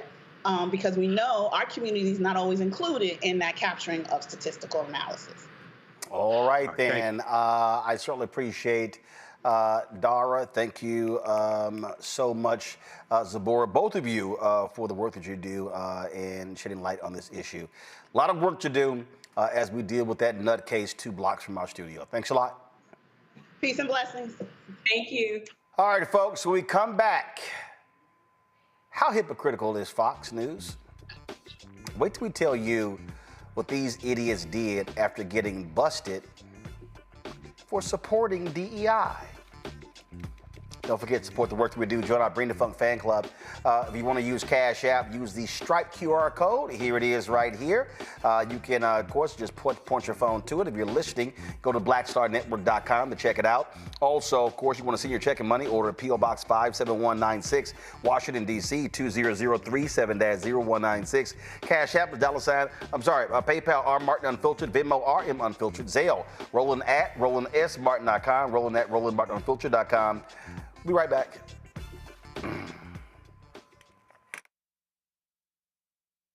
What's up, y'all? Look, Fanbase is more than a platform. It's a movement to empower creators, offering a unique opportunity for everyday people to invest in Black-owned tech, infrastructure, and help shape the future of social media. Investing in technology is essential for creating long-term wealth and influence in the digital age. The Black community must not only consume tech, we must own it. Discover how equity crowdfunding can serve as a powerful tool for funding Black businesses, allowing entrepreneurs to raise capital directly through their community through the Jobs Act.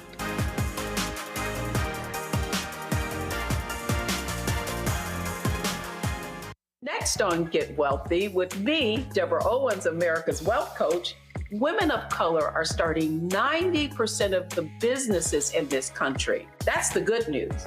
The bad news, as a rule, we're not making nearly as much as everyone else. But joining us on the next Get Wealthy episode is Betty Hines. She's a business strategist, and she's showing women how to elevate other women. I don't like to say this openly, but we're getting better at it. Women struggle with collaborating with each other.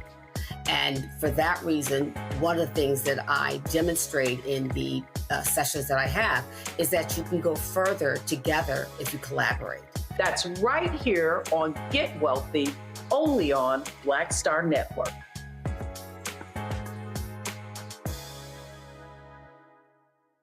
Hey, what's up, y'all? I'm Devon Franklin. It is always a pleasure to be in the house. You are watching Roland Martin Unfiltered. Stay right here.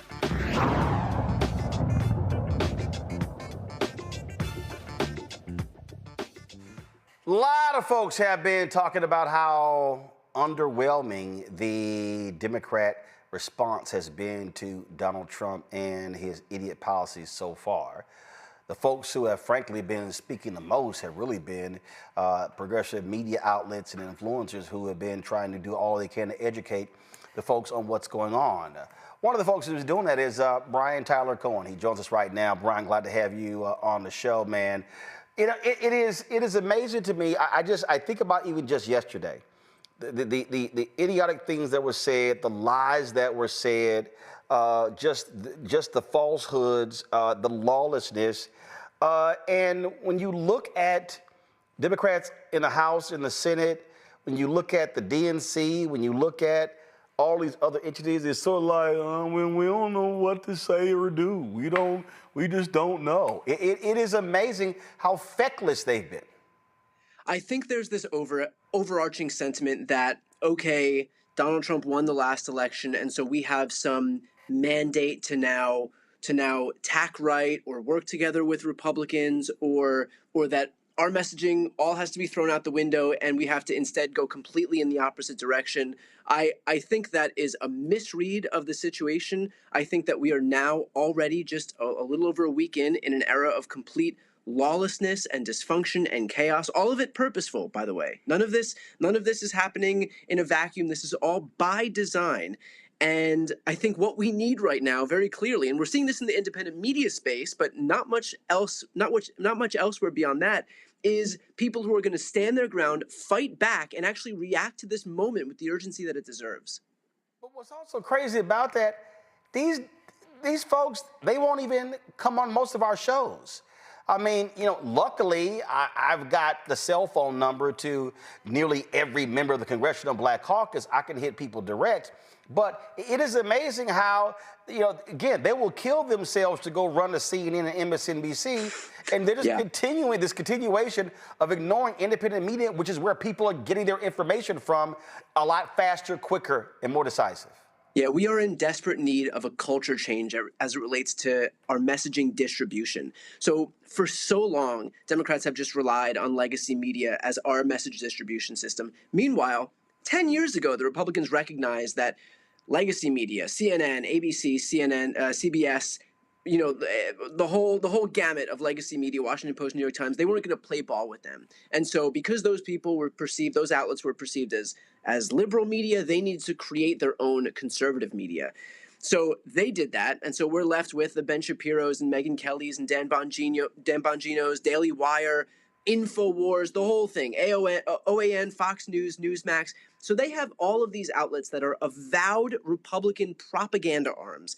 And yet what we're left with is legacy media that actually bends over backwards to prove that it's not liberal. And so if you ever wanted to see the asymmetry at play, it is a loud and proud, shameless right-wing media ecosystem, a propaganda arm for the Republican Party. And then on the left, we have liberal media that is so desperate not to be called the liberal media that they take all of their cues from the right. And that's why we're left with, 69 cover stories about Hillary's emails? And so the asymmetry is so vast here. So given that backdrop, the notion that our Democratic elected officials would say, okay, clearly we don't have any need to run to create a similar independent media ecosystem on the left, and so we'll just continue to heap all of our focus, all of our newsy breaking news pieces, all of our interviews, we'll just continue to heap those onto legacy media, even though those are the very people that we complain about, even though those are the very people who are doing the both sidesism, even though those are the very people failing to meet this moment, even though those are the very people who are paying into Trump's inaugural funds by way of settling frivolous lawsuits. We'll still continue to heap all of our goodwill and influence and validation onto those people. And that's why the asymmetry persists, because we've got elected officials in the Democratic Party who do not recognize that we needed to correct this asymmetry 10 years ago, Roland, 10 years ago. And yet we're still in a situation right now where those people are going on CNN or MSNBC talking to the same 50,000, 100,000 people who, by the way, it would be bad enough if it was just that it's a small audience, but those people are already bought in. They're already Democrats. So you're talking to people who are a shrinking number of the electorate and who aren't even persuadable. We're basically bringing sand to the beach at this point. So I guess my message to elected officials out there in the Democratic Party is if you want to reach people, we have a bigger audience in independent media, and this is where the persuadable people are. And here's what I find to be hilarious.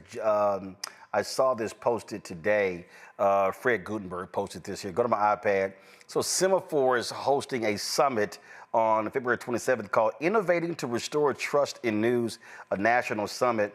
And you're going to love this. Those confirmed to participate so far include Megyn Kelly, CNN Worldwide Chairman and CEO Mark Thompson, NBC Universal News Group Chairman Cesar Condi, Fox News' Brett Baier, and Joe Kahn, Executive Editor of the New York Times. Really? Yeah, I guess if we want to restore some confidence in media, then Megyn Kelly is the person to do that. Right. And this is the problem, because there is this whole incestuous elite, like media elite, where, okay, Megyn Kelly has worked at Fox News, and so even though she is an avowed partisan hack, like she's basically Jim Jordan with heels, even though she is just as much that, still, because she is part of this media elite, they view her as not a problem. It's the same way that everybody in the rest of the legacy media gives cover to Fox, which is a network, by the way, that had to pay almost $1 billion because they lied on Trump's behalf. But still, it's Fox News, and all of these people go to their parties together at night, and so there's really no reason that you would view them as a threat, because after all, you know these people. You go to cocktail parties with these people, and so they're completely fine, and they can stay in the conversation. The thing that I think is so, when you talk about how they don't get it, I mean, here's a perfect example. And the Biden White House was awful about this, okay? So I fought with them for 3 years. So whenever the president does the State of the Union or the first speech, the joint session of Congress, they typically do a luncheon with TV anchors, okay? Yeah. And typically it's off the record. You often don't know who's invited. But the problem is that I actually was invited to them under 2 people. Went to 4 or 5 of them under Obama. Actually got invited 3 times by Trump folks. I made 2 of those luncheons. never invited by the Biden people. Now, I said to them, I said, who the hell is going to be in the room? Now, mind you, I wasn't on TV. So under Obama, I had my TV One show, I had a Sunday show. Then when I got the Daily Show, I got invited to that one. Then, of course, and then under, even with Trump, I got invited one before this show even started. But it was like I was sitting here, and I mean, I'm talking about hitting Karine Jean-Pierre directly, hitting Chief of Staff, hitting these folks. And in their minds, it was just, no, we're just going to talk to just the major people. And what I said is so I got invited to one with the Chief of Staff, Jeff Zients. And they had Washington Post, some other people, political around in that one. And it was a breakfast meeting with him, but wasn't no damn breakfast. They had orange juice and coffee. And I'm asking about DOJ policies. I'm asking a series of things. I'm asking questions everybody else at the table had no idea what the hell I was talking about. And I'm like, that's the point. The opportunity to be able to question the president. And then when they did this sort of black media thing after the State of the Union with senior officials, they would come in, talk, take some questions and leave. Then at the end of it, we did a drive-by through the Oval Office. And so Biden was there, Vice President Kamala Harris, and we took a team photo. And I said, see, this is the problem. They told us it was off the record, but then they released the photo. I was like, oh, we know what y'all did. Now, they don't take a group photo with the main anchors. Ain't no class photo there.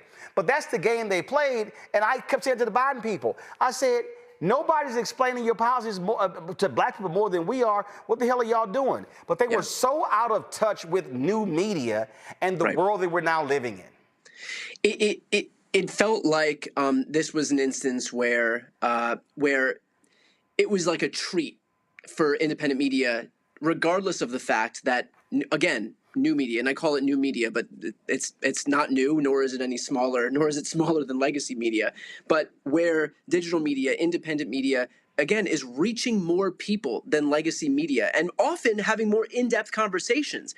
I can't tell you how many times I've done hits on TV where you got to figure out how to say what you want to say in 40-second sound bites, and then after a 4-minute hit, you're done. That's not how you can best convey information to the vast majority of this country, and the changing news preferences of people and the way that people consume media right now is a testament to that they don't want to just listen to a 5-person panel spewing off pithy little 30-second sound bites and never really digging 1 inch beneath the surface. I know that when I have the opportunity to speak to people, I ask them for 15, 20 minutes, sometimes 30 minutes. Sometimes I've sat down for 40 or 50 minutes with people. And that's how people want to really dig into the information that's being presented right now. It's not enough to just say, here's a little taste of something and just, you can take that and run with it and consider yourself well informed. It doesn't work like that anymore.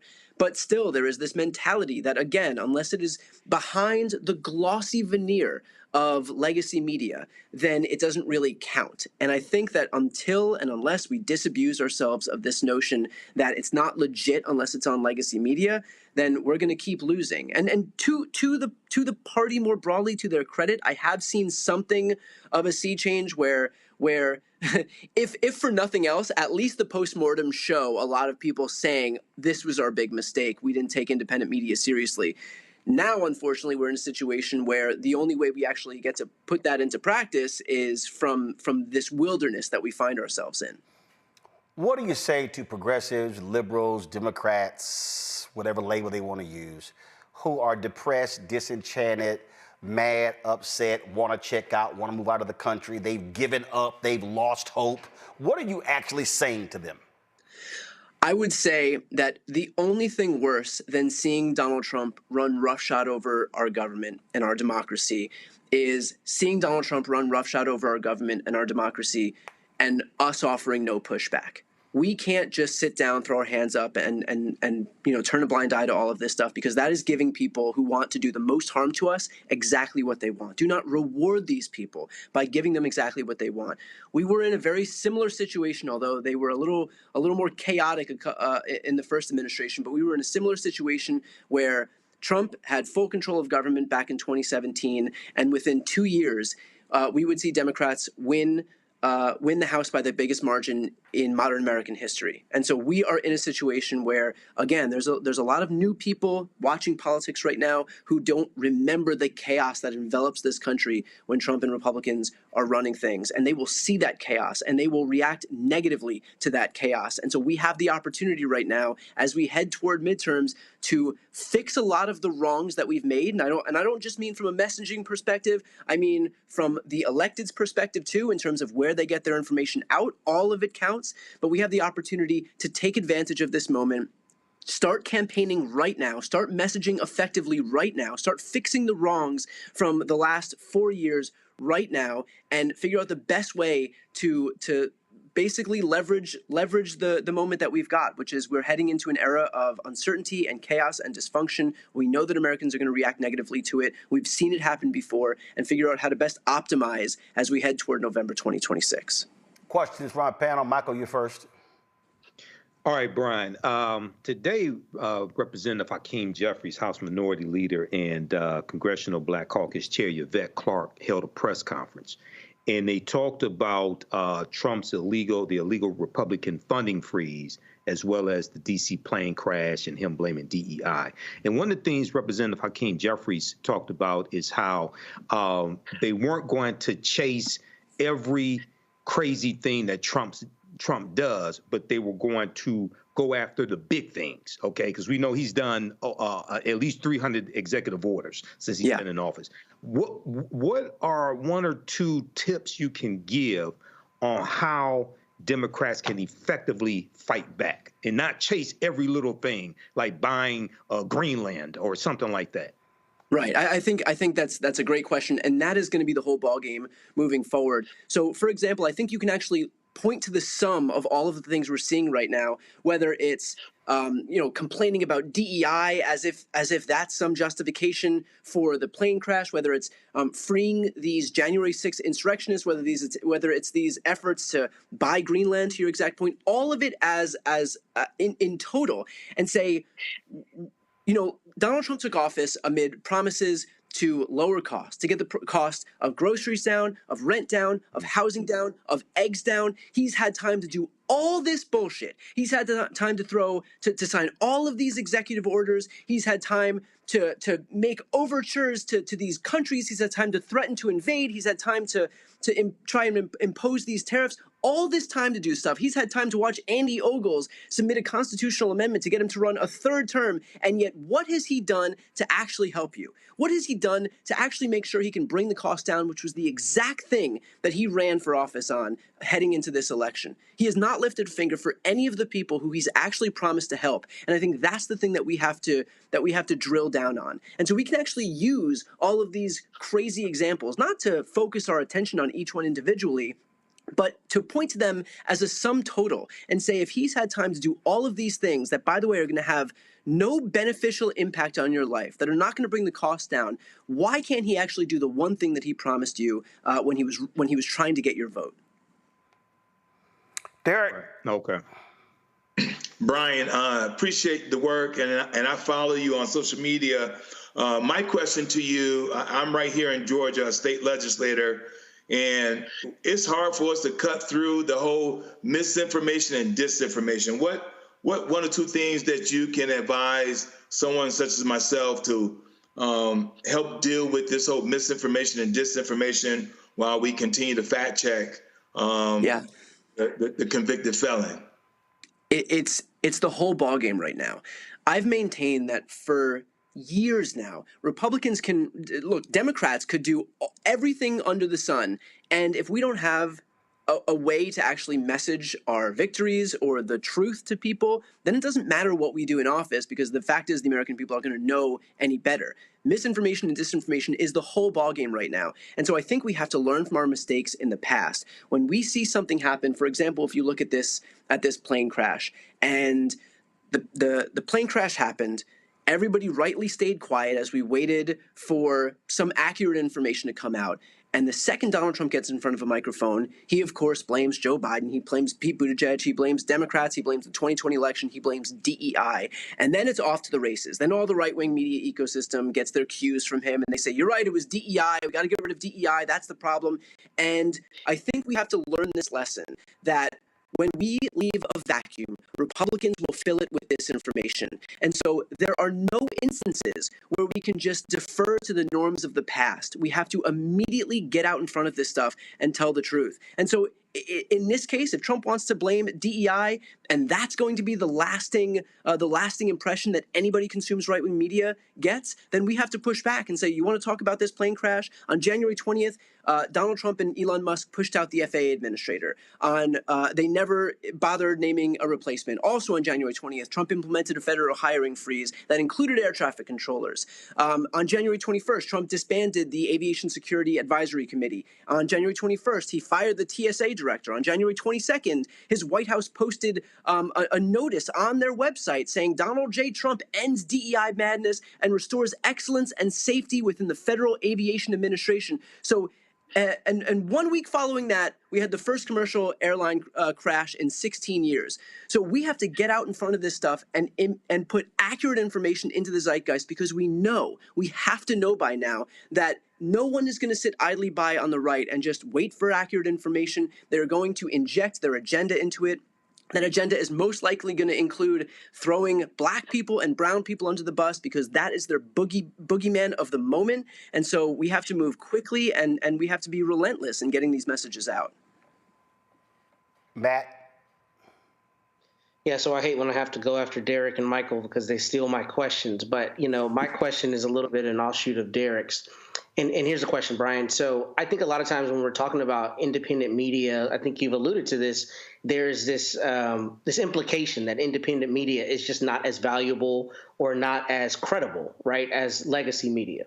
So my question for you is, what advice do you have on how people can not only vet the channels that are the independent channels that they're watching, but make sure that what they're getting, to Derek's point, is not misinformation? Because the issue is, a viewership does not necessarily correlate to credibility, right? You can have 1 million followers and be spewing complete BS. So what advice do you have for how people can make sure that they're getting credible information from the independent sources that they're following?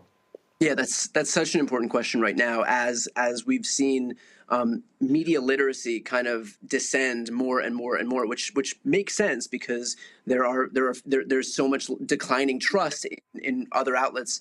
I think what we have to do right now is make sure that you have a wide media diet, and that you're checking everything that you're watching with other sources. And eventually, if you're seeing the same things repeated over and over again, then you'll know if someone's being accurate. If something seems like an outlier, be willing to check those stuff. And by the way, I know that I kind of shit on legacy media a lot, but the reporting that we see coming out of New York Times and Washington Post and NBC and the straight news reporters that are doing the work are still important in our ecosystem. Are they going to meet the moment with regard to fighting back against these partisan Republican outlets? No, but that's not their job either. It's our job in independent media to be able to give our perspective on things.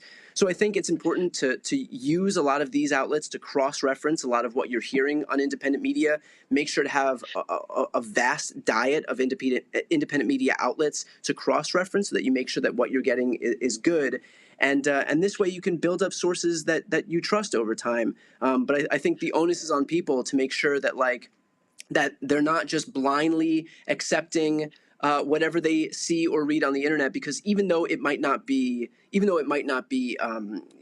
malicious, the reality is that we have to all be really careful about what we read. And it happens to me too, where I get caught in some cycle of reading something, and unless I'm able to check it against some of these legacy media sources and against other folks who I've come to trust, then I don't know that I can really lean on something yet. But I do think it's important that in this media environment that we make sure not to blindly trust something if we read it one time from some random dude on the internet. I dare say, Brian, that I think our biggest job, and it's a lot and it's difficult, is to completely and unapologetically at every turn dispel the constant lies coming from these people.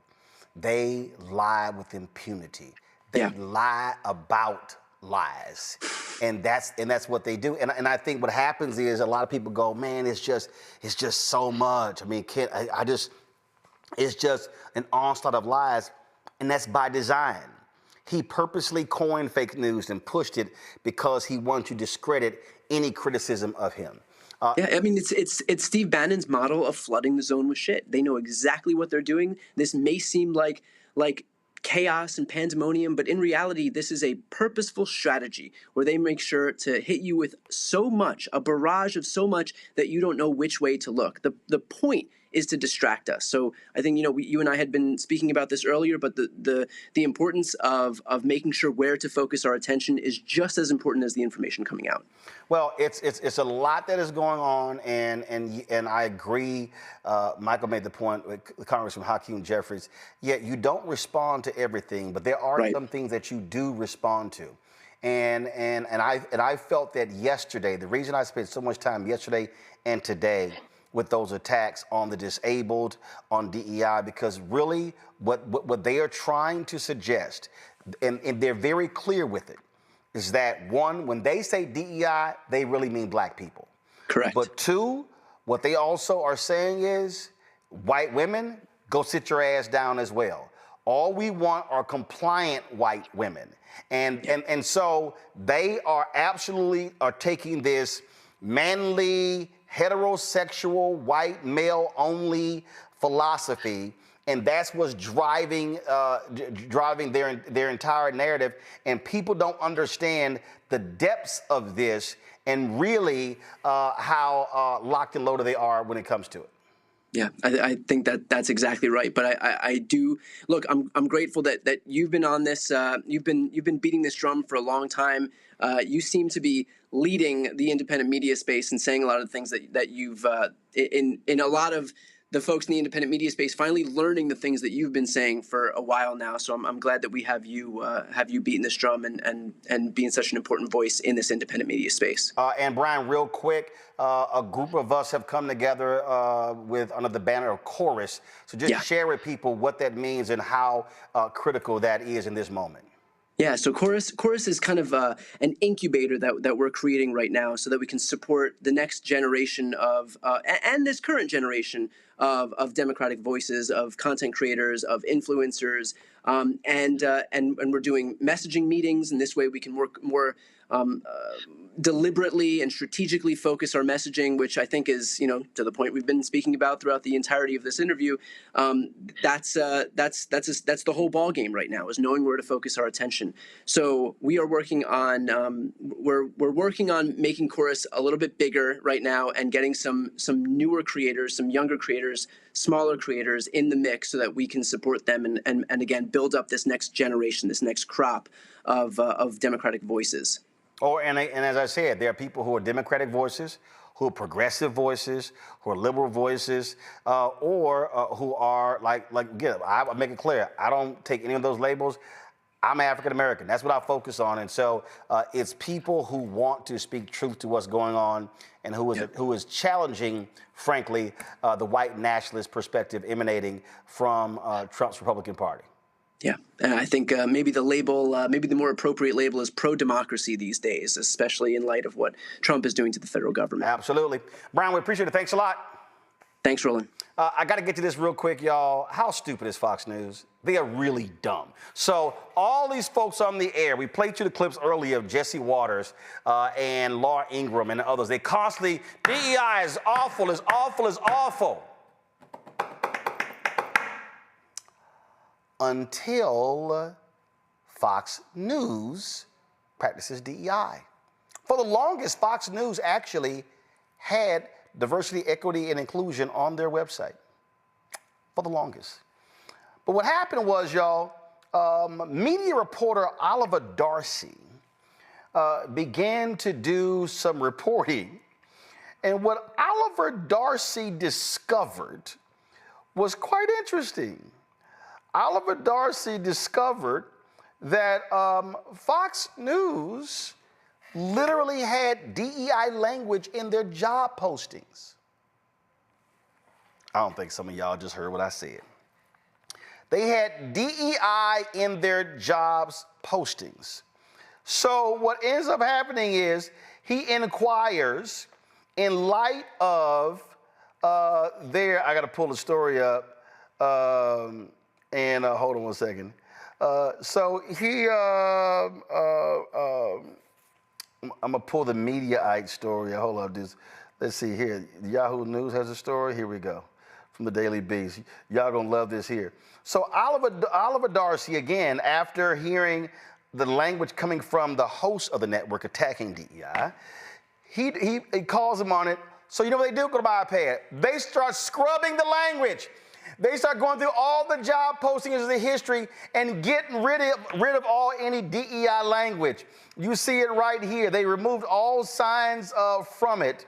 It says Alma Adams of Status News pointed out the hypocrisy of Fox in his newsletter when he highlighted that the DEI is still included in job postings on the network shows, such as Hannity and Fox and Friends, where they claim that the company is, quote, deeply committed to diversity, equity, and inclusion, including attracting, retaining, and promoting diverse talent.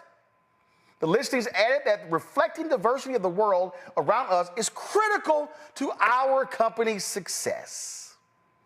After being called out, Darcy wrote that the company swiftly scrapped all the DEI verbiage from job listings, claiming via a spokesperson that this was part of their routine upkeep of the website.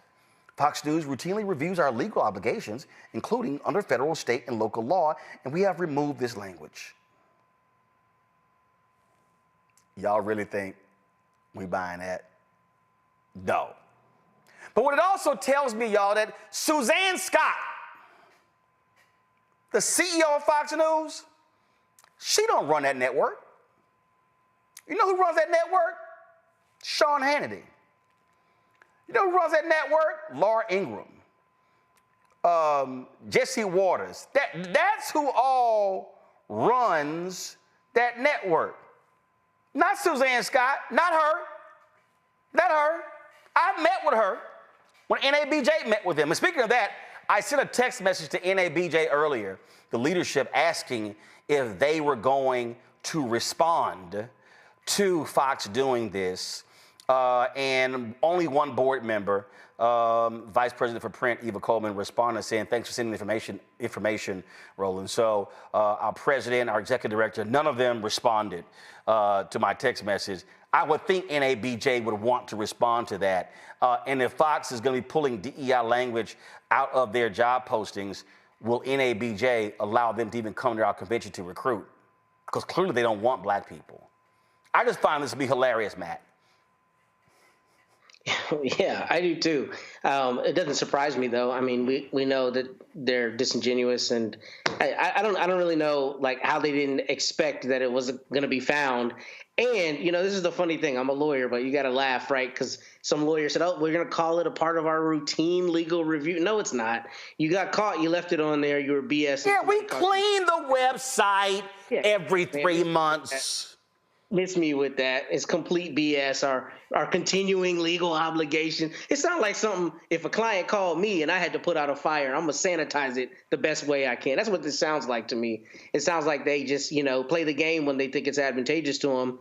And then when they get called out on it because they're trumpeting this crazy rhetoric all the time, they realize they've got to take it off because it's in direct conflict with what they're claiming, they stand for, right? Which is all their reporting on getting rid of DEI and how it's undermining America and all this BS. So none of that surprises me, and I'm glad he caught them with their pants down.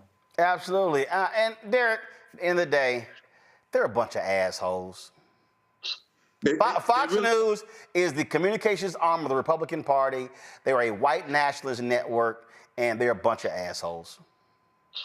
And they're the microphone for Donald Trump. Let us not kid ourselves, Roland. And if he would have learned that they had DEI language somewhere, advertising DEI language, he would have came after them. They're the cowards. And here's the other point, Roland. I mean, if the NABJ don't come out and say something, I think that would be atrocious as well. Because now is the time we cannot be passive. We cannot stand on the sidelines Those of us who have a platform and a microphone, we need to use it. Michael?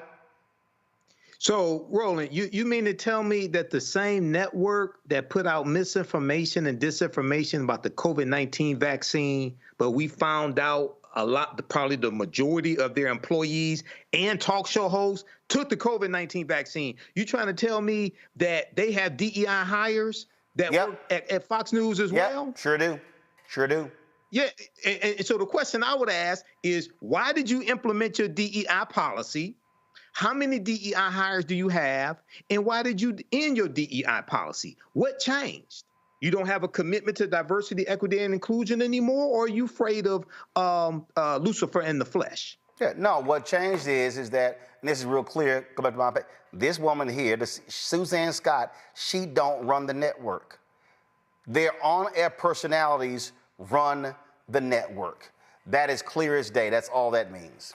That's all that means. And I did, if y'all could pull that Laura Ingraham quote, I need y'all to put it. There's nothing more than the video we had. There's nothing more hilarious. I got to say this here. There's nothing more hilarious than to see Laura Ingraham talking about DEI with Donald Trump's daughter-in-law, Laura Trump, who is grossly he made her chair of the Republican National Convention when that idiot has no. Come on, guys, show it. It's made her head RNC. She's got no, pull audio down. Yeah, she got no resume. All she is a blonde. She ain't got no political experience, no nothing. Matter of fact, she is an expert at unqualified hiring. Unqualified DEI hire. No. See, I ain't even gonna call her DEI hire. Cause see, they don't consider heterosexual white women to be DEI hires. They only go attack like the woman who's a fire chief in Los Angeles because she's lesbian. That's just how they operate. But she ain't got no. Matter of fact, somebody. Let me find the graphics. I don't know who made this. All I'm saying is, I think they're genius for making this. I'm gonna close out with this because I think y'all gonna get a kick out of this. I was on Twitter. I was perusing social media. I don't know what platform I saw this on. And I just thought this was too funny that I had to share with y'all. Let's see. Give me. Here.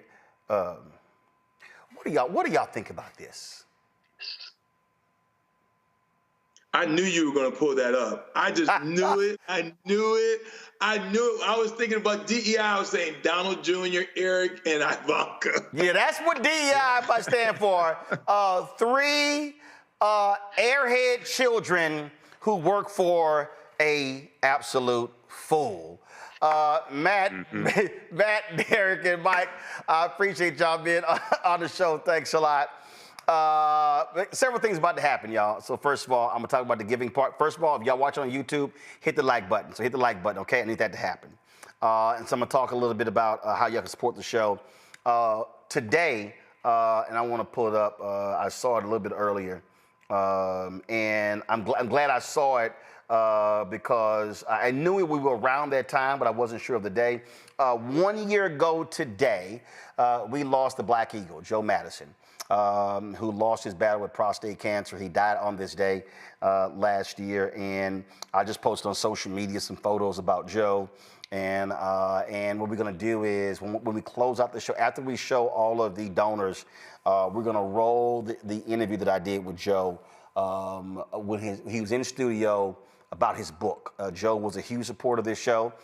He gave me his $100 donation every single year. I think the last time I saw Joe, I dropped him off at home, and I made a video. I got to find the video. I made a video of us in the car as he gave his donation. And so he was a great man, a great voice. I'm sure if he was with us, he would be, man, swinging every single morning in his unmistakable way. And so we just wanted to be sure that we recognize him. So to his widow, to his family, we want to say our prayers are with them, and we definitely miss Joe Madison a whole lot. Folks, I want y'all to do what Joe Madison did. When we run those lists of names, Joe Madison's name is on that list because he supported this show with his resources. And so if you want to support the work that we do here, we're doing what nobody else's black-owned media is doing, speaking truth to power every single day. We shot 2 pilots of a new show yesterday. I'm shooting a couple more pilots of new shows. And so we're launching some new shows. A Balanced Life, Reverend Dr. Jackie Hood Martin, we're bringing back new episodes, I think beginning Monday or shooting Monday. Dr. Greg Carr is getting ready to shoot some new episodes of his show as well. So a lot of things are happening. And so we want y'all to support the work that we do.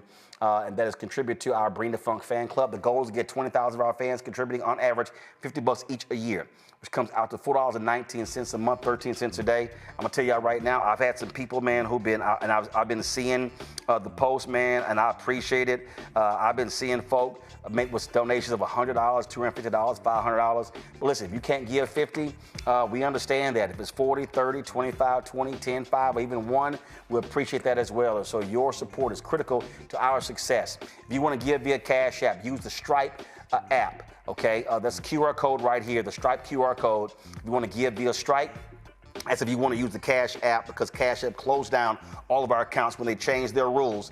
You want to check in money orders, P.O. Box 57196, Washington, D.C. 20037-0196. PayPal, R. Martin Unfiltered. Venmo is RM Unfiltered. Zelle, Roland at RolandSMartin.com, Roland at RolandMartinUnfiltered.com. If you want to download the Black Star Network app, Apple phone, Android phone, Apple TV, Android TV, Roku, Amazon Fire TV, Xbox One, Samsung Smart TV. If you want to, of course, get my book, White Fear, The Browning of America is Making White Folks Lose Their Minds, be sure to get it. And I'm working out a plan of action where I can, you can order the book that I personally autograph and mail to you.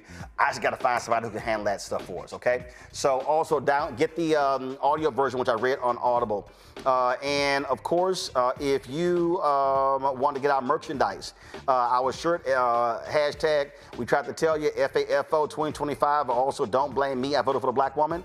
You can get that at rolandmartin.creator-spring.com or go to theblackstarnetwork.com. And don't forget, we want you to invest in Fanbase. Download the app Fanbase, invest in Fanbase. They've already raised about $8.3 million. And so the target goal is $17 million. So we're on our way to really build and grow Fanbase. It's a black-owned social media app, but it's not just for black folks. Anybody can join. So go to startengine.com/fanbase to invest. Startengine.com/fanbase to invest. Again, we're going to roll the list of our donors. Then after we roll that list, then you will see my interview for Joe Madison for when he did his book, when he was right here in our Black Star Network studios. Rest in power, Joe. See y'all on Monday. Holla!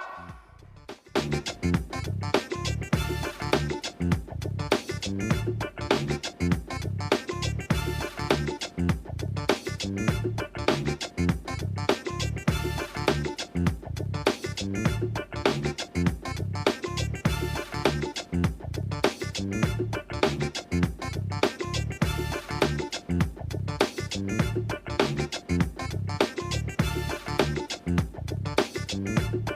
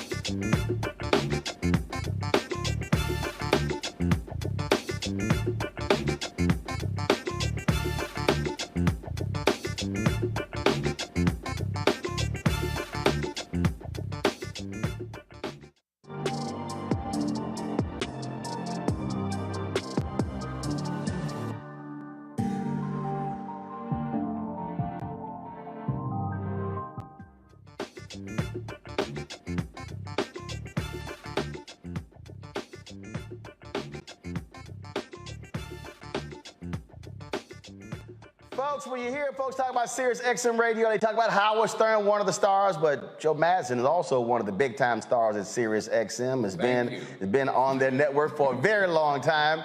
He will also take Howard's check, too. Of course, for a long time, folks in D.C. heard him on WOL radio. He, of course, has been on the front lines of so many issues, not just in the United States, fighting for Sudan, a longtime friend of Dick Gregory. He was with NAACP board member, talks about all of this stuff, his life in his book, Radioactive, the subtitle, A Memoir of Advocacy in Action on the Air and in the Streets. And Joe is one of them black people who's a member of the Bring the Funk fan club who put the money right in my hand. I tell a story. Hold on a second. No.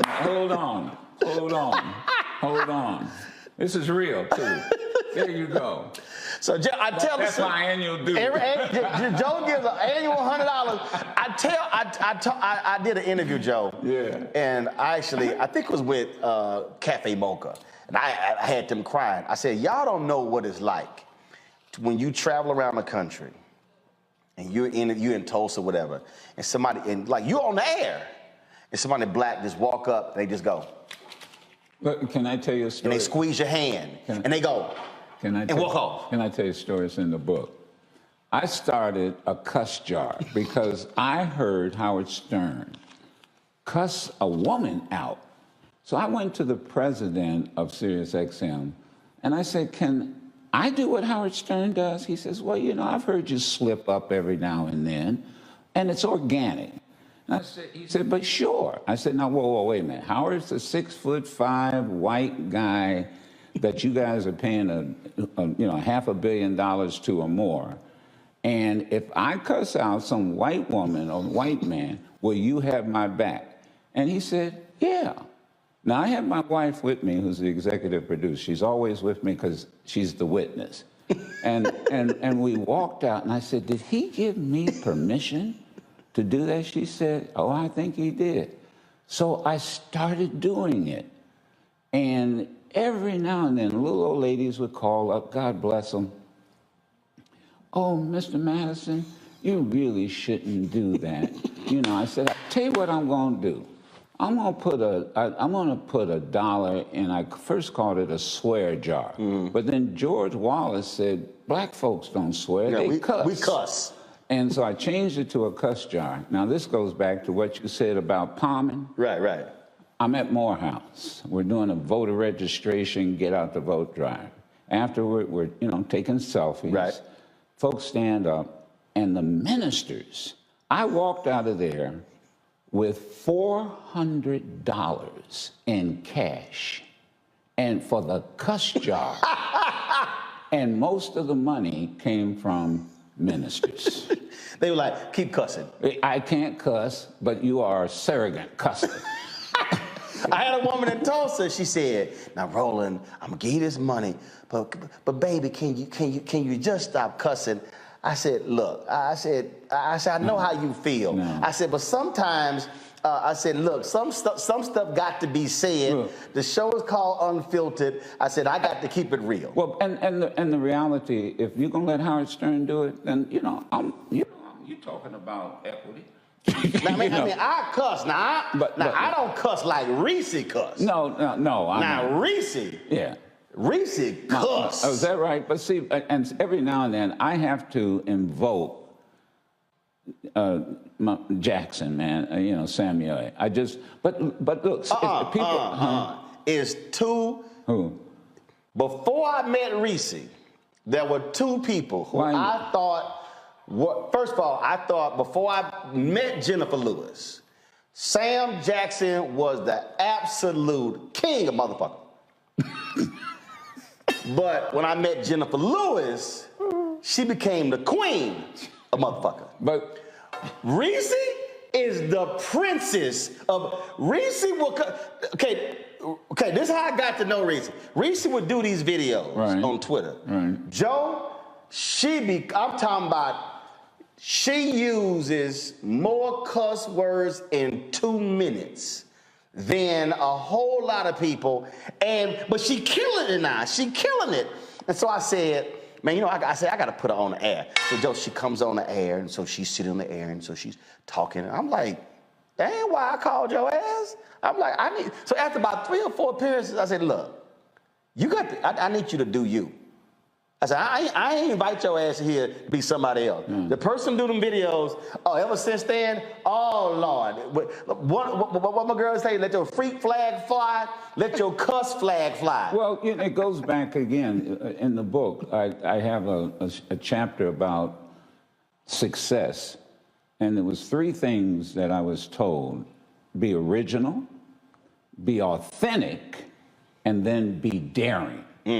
And when you look at folks, and particularly in our business, what you're doing, for example, nobody does this.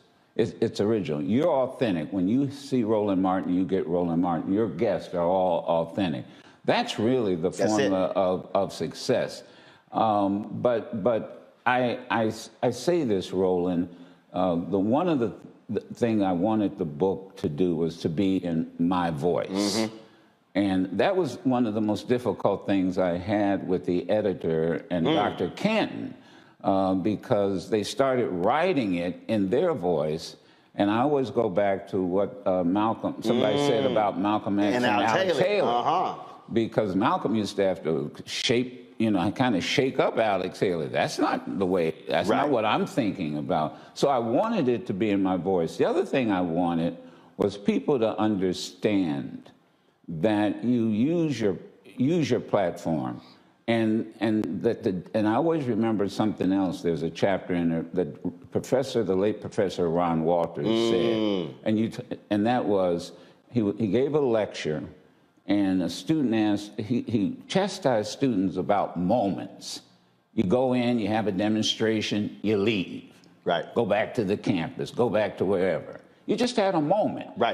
It was a moment. It was a moment. And so one student said, well, Professor, what's the difference between a moment and a movement? And he said, sacrifice. All movements in human history require sacrifice. And sometimes that's what you do. I had to sacrifice a job. I tell this story in Philadelphia. My first full-time talk show, I moved from Detroit. That was my political base. Children were born. I moved everybody to Philadelphia. And I was doing a show, now get this, midnight to 5:30 in the morning. And I was only black. And I had the program director and the owner tell me, now this is after. In Philadelphia? In Philadelphia. We're getting too many calls and letters, because this is before social media. You're talking about black folk too much. And so, you know me. So the next day, I decided, you know what I'm going to do? I'm going to interview two people, different viewpoints. So it was Ron Brown, because he was running to be chairman of the DNC, the first black chairman. So I had Ron Brown on 1 hour, and then the next hour, I interviewed Louis Farrakhan. I was gone.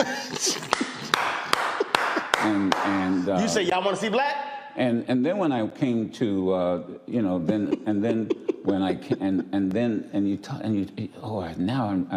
and all of this is in the book. So I'm doing a TV that Geraldo was. This is when the first beginning of talk radio. Right. And there was this argument about black folk, and talk radio, but there weren't a lot of black folk. And the program director of WABC, Geraldo asked him legitimately, "Why don't you have any black folk in New York, and you don't have a single black person?" And he said, "Oh, well, we have to think about it." And then somebody spoke up and said, "Well, you do have a black person." And I can't remember the man's name now. And he said, "Oh, well, we don't think of him as black." And that debate is what sort of got me into Washington. And because the program director said, "Well, if they don't want you in Philly, we want you in Washington." But I did say this. I'm not going here and replacing another black. See, they have one black person. And I said, so if you're going to hire me and fire her, then I don't want the job, because I'm not going to play that game. Right. This is, and it's about sacrifice. And then take your platform, and you do this all the time. Go to a war zone in Sudan. I swear I asked, and Geraldo can be upset if he wants to. I've been in that war, South Sudan, had gone back and forth at least 6 times. I kept asking people who had more resources than I had, come with me. I mean, he asked me, well, can we get in and out of South Sudan in a day? What hotel are we going to stay in? Excuse me, we're sleeping in the bush. It's a war going on. Yeah. He just walked away. He just walked away. And I think at the time he was with ABC. And then I've had some brothers who I've asked to go with me, and they would say, well, there's a war going on. You don't see the folks at CNN. Everybody's clamoring to get over there because there's a war going on. And the other final thing I wanted people to understand in the book was people tend to look at us as we are now. Right.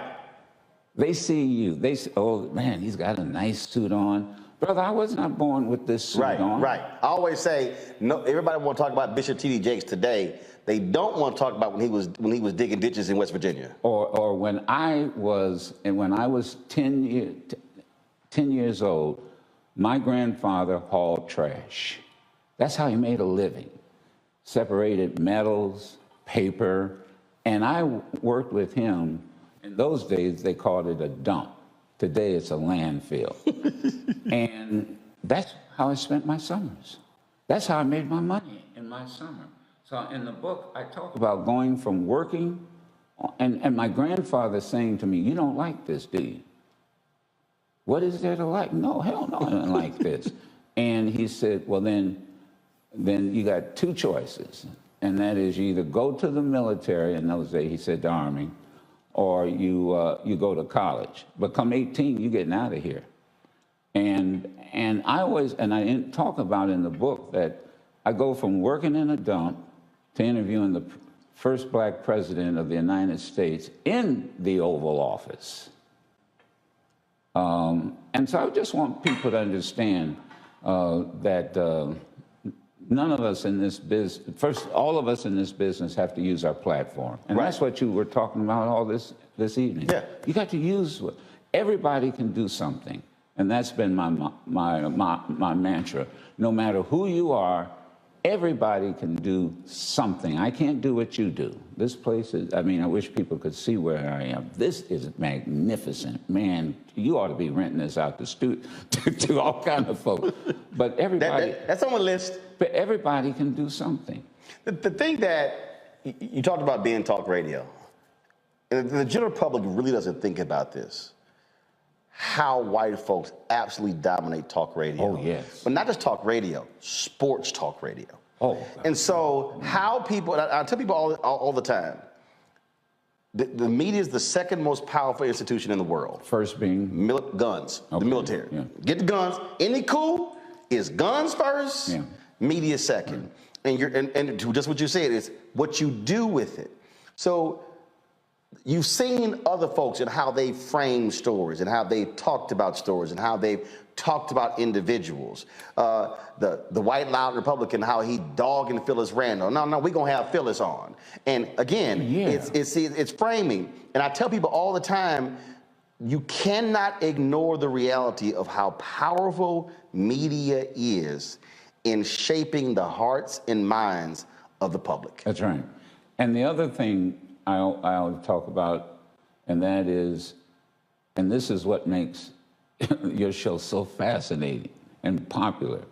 You hear me say, put it where the goats can get it. Yeah, I tell people that all around the country. I said, as Joe Madison says, put it where the goats can get it. That is, I came, you know, and I'm kind of intimidated with all these distinguished professors. I mean, I am absolutely, especially my man from Howard. Look at Greg. I am. But let me tell you, I came back from college, and I believe it was a Thanksgiving dinner. My grandfather, Clarksdale, Mississippi, no more than a 6th grade education. Wasn't because he was dumb. It was just what it was. Jim Crow as well, Jim Crow. And I'm trying to wax eloquently about what this philosophy teacher and da-da. My grandfather looked, he said, Joseph, why don't you put it where the goats can get it? And I thought, what the hell is he talking about? It's an old country saying, goats eat down to the root. They go beyond the top and they go all the way down. And he said, if you can explain it to me so that I understand it, I imagine that teacher with a PhD would probably understand too. Right.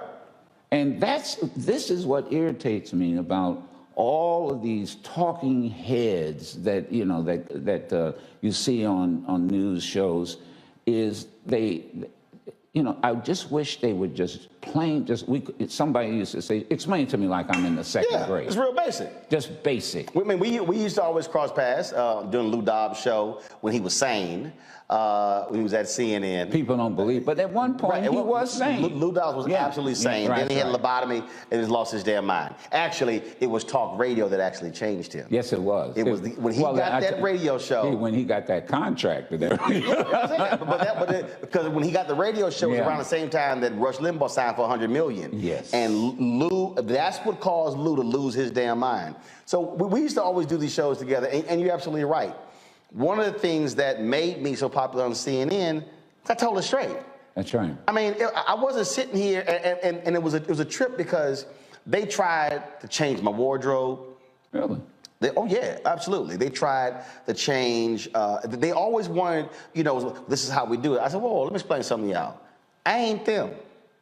I remember sitting on the set one day, and Joel Klein with Time Magazine, and we're sitting there, and someone said something. I said, look, I ain't him. I said, first of all, look at him.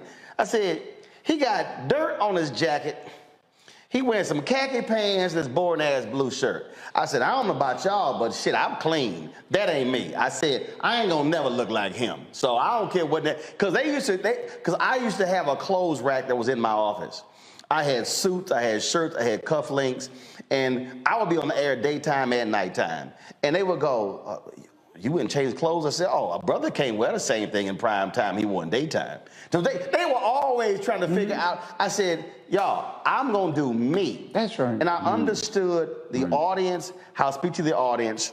And the reason that thing I knew was a trip, 2008, the debates had already been scheduled. The first 2 debates, I had speeches. I wasn't in studio. Yeah, I heard you say that. And we lost the first 2 debates, CBS. So the 3rd debate, I had another speech. I'm flying from speech. The president worldwide calls me. I get a voicemail. Hey, Roland, it's Jim. Buddy, nothing urgent. Give me a call when you can. When the worldwide CEO call you and say nothing urgent, you know it's urgent. Yeah, you know. So I knew exactly what. So I called my agent, Mark Watts, and said, Mark, we probably going to have to move that speech next week. I think he's telling me we need you. And when I called him, he said, we need you on set. Right. So I go on set, and that's when they had them huge panels. So they had about 10 of us up there. It was 9. It was 8 panelists. It was 9 panelists. It was 2 anchors. They had 8 seats. I was like, so I'm standing up. And I was like, who gonna be the first black person to see me, who called me or sent me an email about me standing up? It was Spike Lee. Black man can't get a chair? So when the night was over, I was like, yo, what the hell was up with that? They said, oh, no. We wanted everybody to see that you were here. Yeah. Yeah. That's what they told me. Yeah. That's when you understand how you have an impact on people, and it's who you're communicating with. You have been doing that. But serious is one thing, but talk about, again, being in D.C. and dealing and talking just regular, ordinary folk, the folk like your grandfather, and how they have a commitment to say, we gonna ride with you, Joe. We got your back no matter what happens. Well, I think you get to a certain point where they just can't deny you. Look, they know you're professional.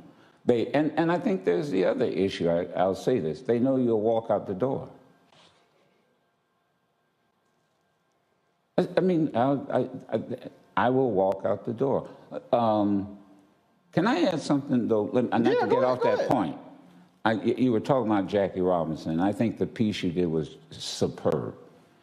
I wanted to remind everybody that this summer, Rachel Robinson is going to be 100 years old. Indeed.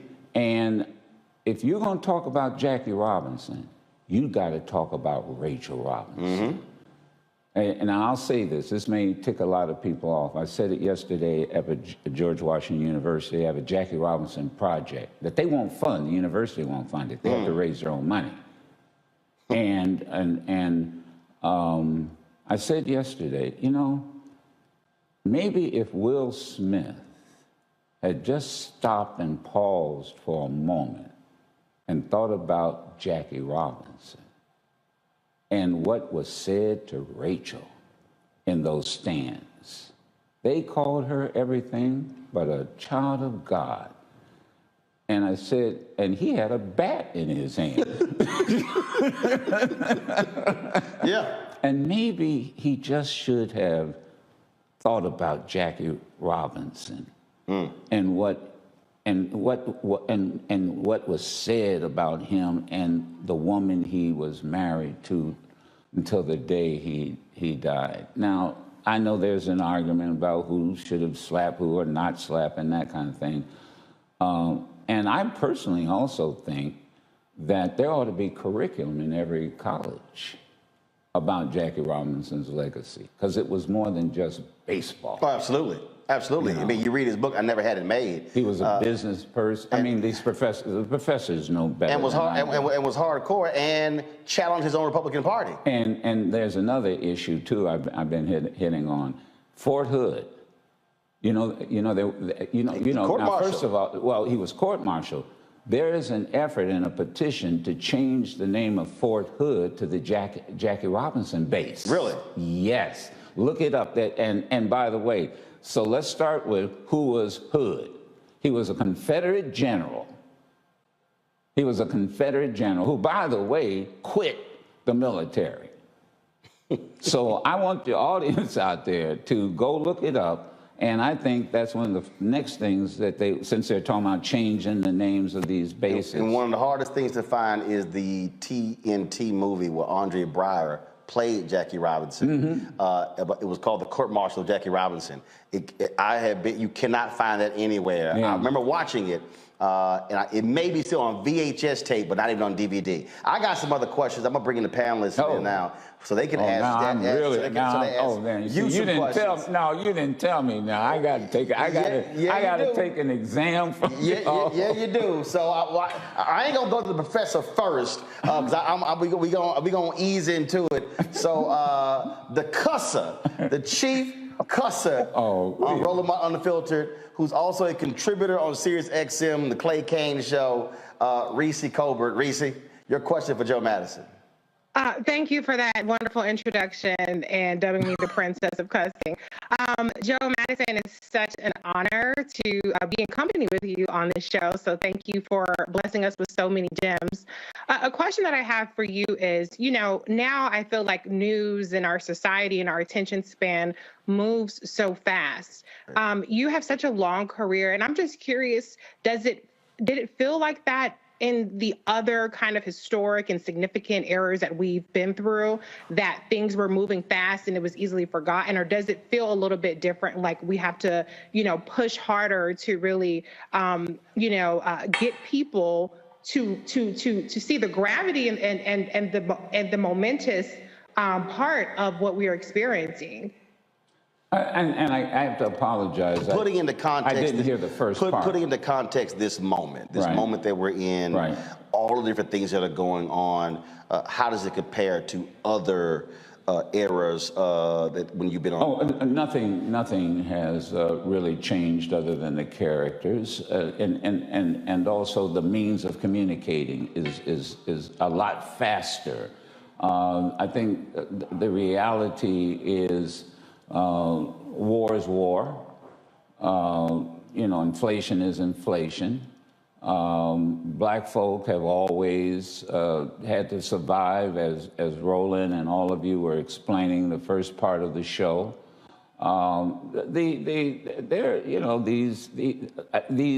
It's something. Maybe the best way to put it, like putting it where the goats can get it.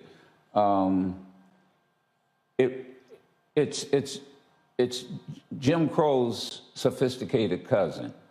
I always refer to him as James Crow Esquire. Same attempts to maintain white supremacy. No ifs, ands, buts about it. It's just more sophisticated. And they've learned a few tricks. But the reality is that it's just sophisticated. And we have to do more reading, we have to do more researching, and I also say this, it's, again, in the book, Radioactive, it's cultural conditioning. Now, what do I mean by cultural conditioning? And you've been saying this all evening long. America is culturally conditioned to believe that white is superior, black is inferior, and the manifestation of that cultural conditioning is that blacks are undervalued, underestimated, and marginalized. And some of us are culturally conditioned to believe, to undervalue, underestimate, and marginalize ourselves. When you were talking about the monarchs, you can have both monarchs and blacks in Major League. I mean, but we have to recondition our culture. And culture is the for me, I say reprogram. Yeah, but it's the same thing. And culture is the hardest thing to change. And in any country, culture is the most difficult thing to change. But see, what you said about when you talked about if Will had stopped and thought about Jackie Robinson, it's about being intentional. Just what I was saying, when I was picking shoes, I could have said, I'm gonna wear a white pair of shoes. No. I'm gonna specifically wear those because they're black-owned company. That means stopping yourself, thinking it through, taking that moment, thinking it through, no, I'm wearing these for a reason. And I think what happens is, we have gotten, first of all, I tell people all the time, we have to really not appreciate, but understand how powerful white supremacy was in terms of how it's so deeply ingrained into our psyche and white folks that, yeah, we can look at something, and I get it all the time when somebody's like, yeah, but we gonna get you a real show. Yeah. I'm sorry. Yeah, what the hell is it? What you mean real? Oh, let me tell you and about. They really mean white. Yeah, I have a chapter in the book where I talk about, people always ask, how did you get the handle Black Eagle? And when I first started using that handle, folks went crazy on the radio. I mean, these white people went nuts. Now, the managers didn't, because what are they going to tell me? I can't say it. And let me tell you how it came about. I was following Oliver North. We're in a meeting with a talk show consultant who was bragging about Oliver North. Oliver North had never done talk radio before. Oh, he's the Captain Kirk of this this Enterprise ship. And I said, well, what are we? We're not oatmeal. I mean, what are we? And, you know, he brushed me off. So I left the meeting and got in the car with Dick Gregory. And I said, you know what? I think I'm going to start calling myself the Black Eagle. I'm in Washington. Right. National bird is the eagle. And I said, but have you ever heard of a Black Eagle? He said, no, but I think tomorrow morning we're going to be hearing about it. But guess what happened? I find then God is fate. I'm looking at National Geographic, and they do a special on eagles.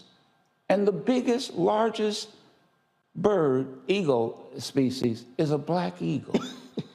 Wow. And then you would have folks call in, white folks call in and say, well, if you the Black eagle, I'm the white pigeon. And I said, well, just remember, eagles eat pigeons. So, I mean, I just think you have to be original, you have to be authentic, and you have to be daring.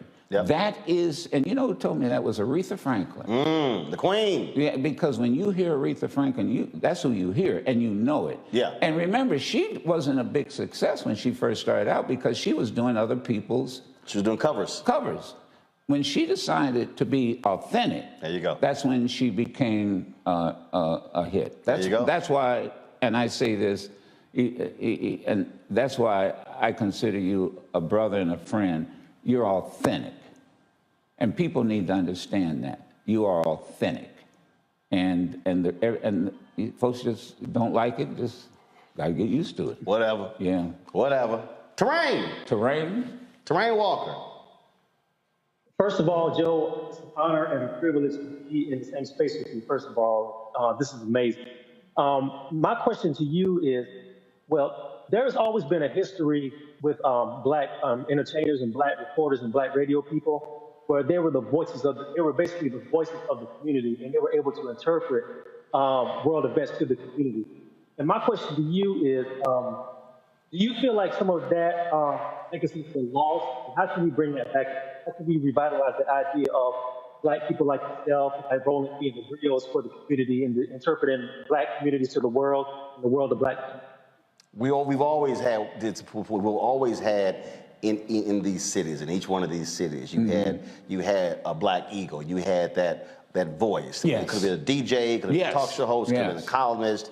There was a congressman during Reconstruction period. He was known as the Black Eagle. Yeah, go ahead. And in many ways, I think what Terrain is saying is we've lost that. And so how do we bring that back where we have these voices that, to your point, that are sacrificing for the collective, and I'll add to what you said, Terrain, who are not all about getting them the check, but is really about representing the people in the community. I don't know how to answer that. I really honestly don't know. I think that's maybe one of the reasons I did the memoir, is what made you? What made you You know, my grandfather, working with my grandfather in the trash truck. What made you? Was my minister at St. Margaret's Church, who was a brilliant man. What made you? It was a football coach who, by the way, my first football experience, I got kicked off the team because I was active in large part in the Black student movement. This is, and some of you may know this, and that is we were trying to get Black studies on these campuses. You know, brothers are getting kicked off the football teams around, go read this, around the country because they wore afros or because there was a Black student movement and ball players were looked up to.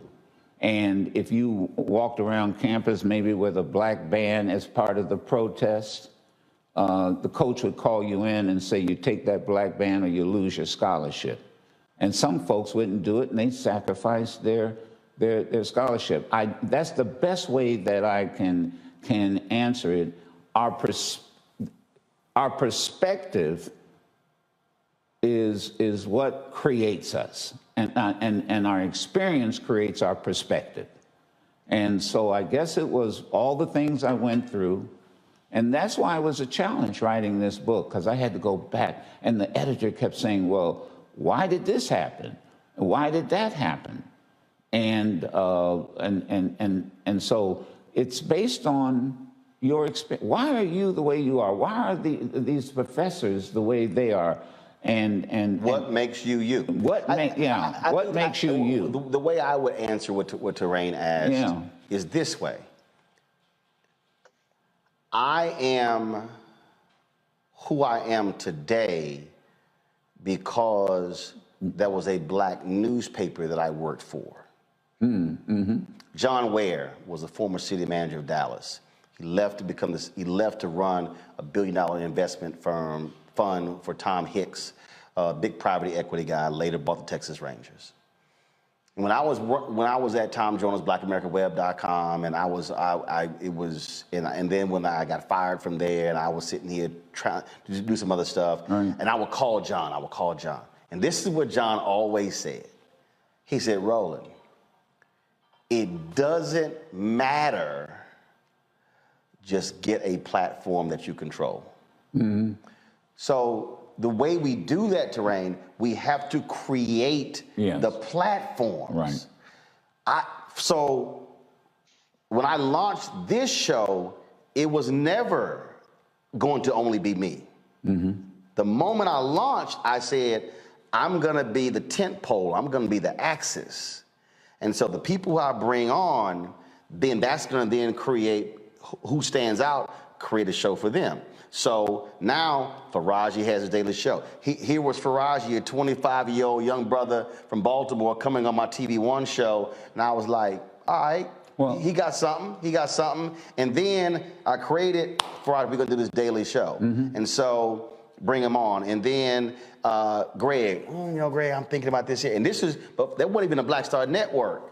And even before Greg was doing what he's doing with Karen Hunter, we were talking about, okay, we create this, but I got to build this first. And then my wife's show, and then what Deborah Owens is doing, and then there are 4 or 5 other shows. People been hitting me, Roland, what a Reese show. I'm like, calm down, y'all. Calm down. I got a plan. Everybody chill. But that's really it. If we don't build the ecosystem, Terrain, then you're not going to have the voices, because there has to be a place where who owns it gives you the freedom to develop your voice, cultivate your voice, cultivate your rhythm, your tone, all those different things. That takes time, and you ain't going to get it over there. It was Jonathan Rogers. Everybody, this is no disrespect. It was not Kathy Hughes. It was not Alfred Liggins. It was Jonathan Rogers, who was the founding CEO of TV One, who said, I'm going to put you on. America needs to hear your voice, but we got to get the network built first. Jonathan got the job and called me. He called Royal, his wife, first, called me. TV One wasn't even named, but he told me that, but I had to be patient. That's how I got developed. Same thing happened with the Sirius XM. I was on WOL, Radio 1, and satellite radio was created. They did not have a black talk platform. Did not have one. And Nate Davis, brilliant. He was president. Yeah. And no one thought that satellite radio would take off. You remember that? Nate Davis, y'all black. And Nate Davis, brilliant, just as quiet. And he said, you know what? We need this channel. Because, you know, Sirius is like, I always look at it, it's like a bookstore. Yeah.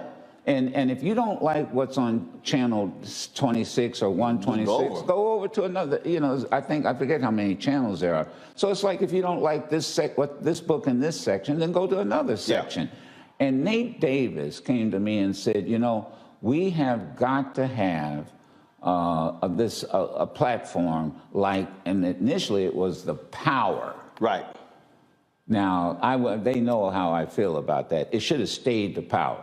But, you know, some brother came on and said, well, I don't like news, and, you know, and the Power sounds so 60-ish, and I'm blowing him out, but that's okay. And say, let's change it to urban view. First of all, I hate when they slap urban on anything. I'm like, just say black shit. Don't. Yeah. I hate. Dude, okay. But wait a minute. I can't stand when they throw urban in it or soul. But wait a minute. You got the Patriots channel. Right. So that's the right wingers. You've got what is it? Progress. Right. And that's the liberal channel. Basically the liberal. The POTUS channel.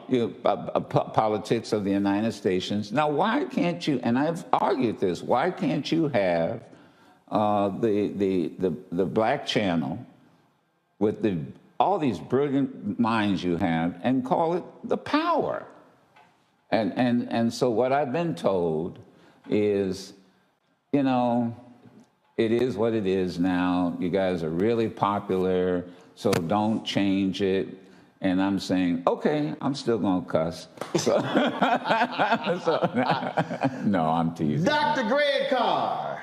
Oh, I'm really intimidated now. Oh, no, God. It's the opposite, Baba. I tell you, man, I could just sit here and listen to you all night. I want to add my honor and respect given to you. Like Reese and Terrain said, every time that I've been around you and seen you, it's just an honor, brother, sometimes to shake your hand and stand there and listen. I remember the first time I saw your studio in Sirius XM in D.C. I went down to do Wilma Leon's show on the weekend. We walked by, I said, that's where the Black Eagle sits. And I'll never forget that. But, you know, I guess my question is very broad, and it kind of echoes what Reese was asking, Brother Madison. And I know my old classmate Dave Canton probably gave you hell because he, like me, is an academic and trying to put words in your mouth, and you had to get him straight. But he says in the beginning of your book there, Radioactive, he says, you know, you always remind us to listen with our third ear. Right. And so looking forward, and you and Roland are really talking about this, but I wonder what you see with your third eye, what you hear with your third ear about the future of media generally. I don't know if radio will ever be displaced. I mean, we all grew up on radio. Hearing your voice got us through many a challenge in our community. But I wonder, as you're looking forward with legacy media seemingly coming apart at the seams, you know, what do you see in terms of breaking through all the noise and really capturing the imagination of our people, particularly as it relates to information? And thank you for your continuing work, Bob. With this whole piece about listening with the third ear and reading with the third eye. That came from a older politician. I remember the ride from Detroit to Lansing. He was a state senator. And he said, look, young man, I was just brand new running the NAACP.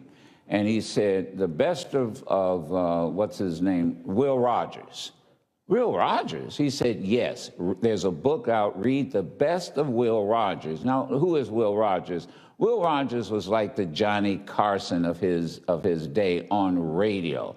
You know, he was the one that would say, you know, Congress is the second oldest profession. I mean, and people would listen to him. Oh, homespun. Oh, yeah, but political humor. Yeah. He was, now, the other thing he said was listen with a third ear and read with a third eye. See, and so to answer your question, too often, and we take what we see and not realize what's really being done in the background. That's that third eye that you see. What is that news story? What's really behind that news story? So again, yeah, radio will always be around. I think it was a point in time where I think we used to say whenever people would take over a country, there would be a revolution. The first thing they take over is the radio station. Yeah. After the military, it's media. They take over the radio station, and we see that. Radio station, newspapers. And so here's where I think it's going, and that is everybody now is a potential communicator. Yep. Right with this. Everybody now is and we're seeing it. Yep. Like the story out of Michigan, yep. Where that Grand Rapids. And you know, this guy, the passenger, became a reporter. There you go. He pulled that young girl in Minnesota. That's why I give lessons on the air saying, shoot horizontal, please, so it fills the whole screen up. Yeah. Don't shoot vertical. We get the black bars. I tell everybody, shoot video, shoot like this. Now the other thing is that. And I know folks like to criticize the younger generation. But I tell you, you know, I did my hunger strike. And folks thought it was crazy. Mm-hmm. But I knew what I was doing because Dick Gregory and I used to, and he taught me how to do it. And he taught me why you do it. You do it to get attention. Right. You get it to get the people. Now, we didn't get the legislation because we had 2 Democratic senators that just were traitors to our cause. But you know what we did? We woke up a younger generation. They now know what a filibuster rule is. They now know how Congress works. Young folk went on hunger strikes that you know you couldn't get them to pass a fast food place. They realized we have to make sacrifices. We woke up a generation. And Doctor, I will say this to you, and I say this with all due respect. Quit talking about passing the torch. Now, I'll tell you why. I'm not going to pass my torch. I'm going to hold on to my torch. I'll light your torch. Right. So because if I pass my torch on to you, I'm in the dark. Right. I'm in the dark. I use the relay example. You know, thank you. You run the relay. This is what I explain to people. But you got to keep running, though. Right. First of all, right. You're running at the same time they're running. Right. When you stick it out, they have to reach back. And there's a point when both of you are holding the baton at the very same time, and then you got to let that baton go. And that generation has to run faster than we did. There you go. So what I tell folks, I've always hated that phrase too. Even when I was 20, 30, I hated that phrase because what it said to a lot of people is, oh, I'm just gonna sit here and do nothing. I wish y'all all people get out of the way. We were on. I'll never forget. It was after Trayvon Martin, after the Zimmerman decision, he's found not guilty, and folks were just they were shocked. I'll never forget that. I'll never forget the night. It was a Saturday night. Deltas had their national convention here. I was actually at their step show, and the thing that just was circulated. And about 3 o'clock in the morning, probably about 800 people around the world who were on the phone. The next night, it was like 2,000 people who were on the phone. People just wanted to talk. It was interesting. They had no place to. They wanted to go to some place to convene. They basically turned to a talk show. But what was a trip is that a group of black folks 20, 30, 40s. Started convening. And it was very interesting. And so we're on these calls. And one of the things, Joe, about really smart people, really smart people don't sometimes know how to slow down. So they're sitting here and they was like, we call for do this and do that and this and this and the website. They're going on and on. And so Jeff Johnson and I, we chilling. Jeff goes, folks, I'm just curious. Who are we targeting? Who do we say we're speaking for? So Jeff and I, we started communicating on this deal. So that was this young lady who hit Jeff, and she was like, oh, you know, I'm tired of these old heads like Roland Martin. Why is he on the call? And Jeff said, he said, let me ask you a question. You think he arrogant? He was like, and? He said, but who else on the call has a national platform? Yeah, exactly. He said, he the only one. And then he said, who else on this call, if we needed somebody to kick off what we were doing and put $10,000 on the table, who could do it and not blink? Yeah. He said him. He said, why in the hell would you not want that person at the table? Yeah. That's part of that whole thing with this folk fighting and who I don't want in the room. I'm like, hey, if you got something to contribute, we all can be. Everybody can do something. Everybody. Look, Rosa Parks lit my torch. In the book, we talk about we boycotted the city of Dearborn. And because an issue with a park. Dearborn is not the Dearborn you know now. Right. It was a sundown town, and dusted sundown. And the black population was less than 1%. Some black folk, here's Dearborn, here's Detroit. You cross the street, you're in Dearborn. Some folks went over and went to a park shelter. People came in and said, well, you can't, this is Dearborn Park. You can't have this, it was a public park. You can't use this shelter. And lo and behold, we're reading, again, the newspaper. A good friend of mine, he worked at John Conyers' office. Rosa Parks worked there. And he said, we got to do something about this. This is a public park. So we got together and said, okay, fine. We'll boycott the city of Dearborn.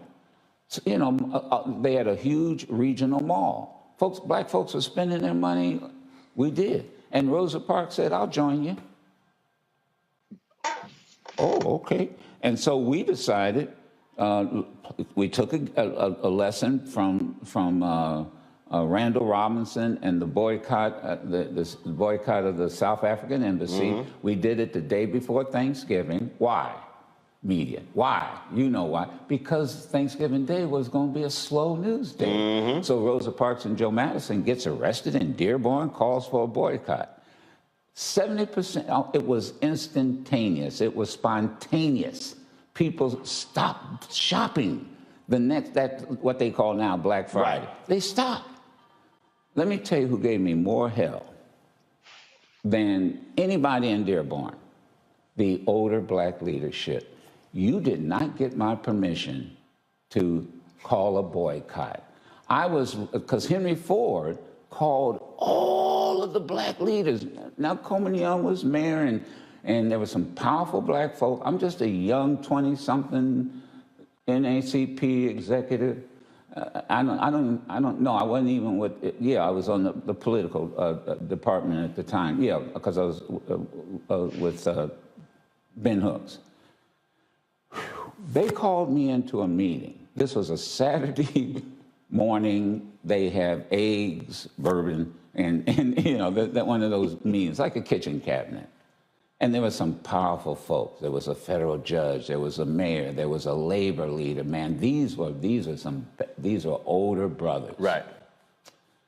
And they said, you know, you remind me of myself when I was your age.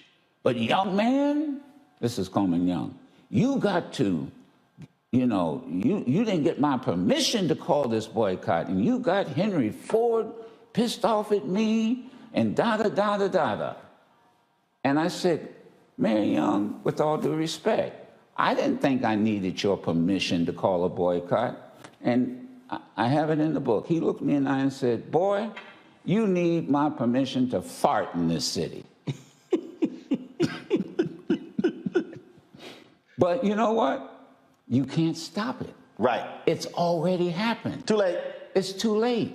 You got to call it off. And they tried to pressure us to call it off. Mm-hmm. It was too late. And the lesson I learned was boycotts are successful one of two ways, and Ben Hooks taught me this. They're either spontaneous or they're well planned. There you go. And he told this group of folks who wanted me out of the city, we know it wasn't well planned because y'all didn't help him. And he pulled me out of one of these meetings and said, no, he's not, because they said, get him out of town.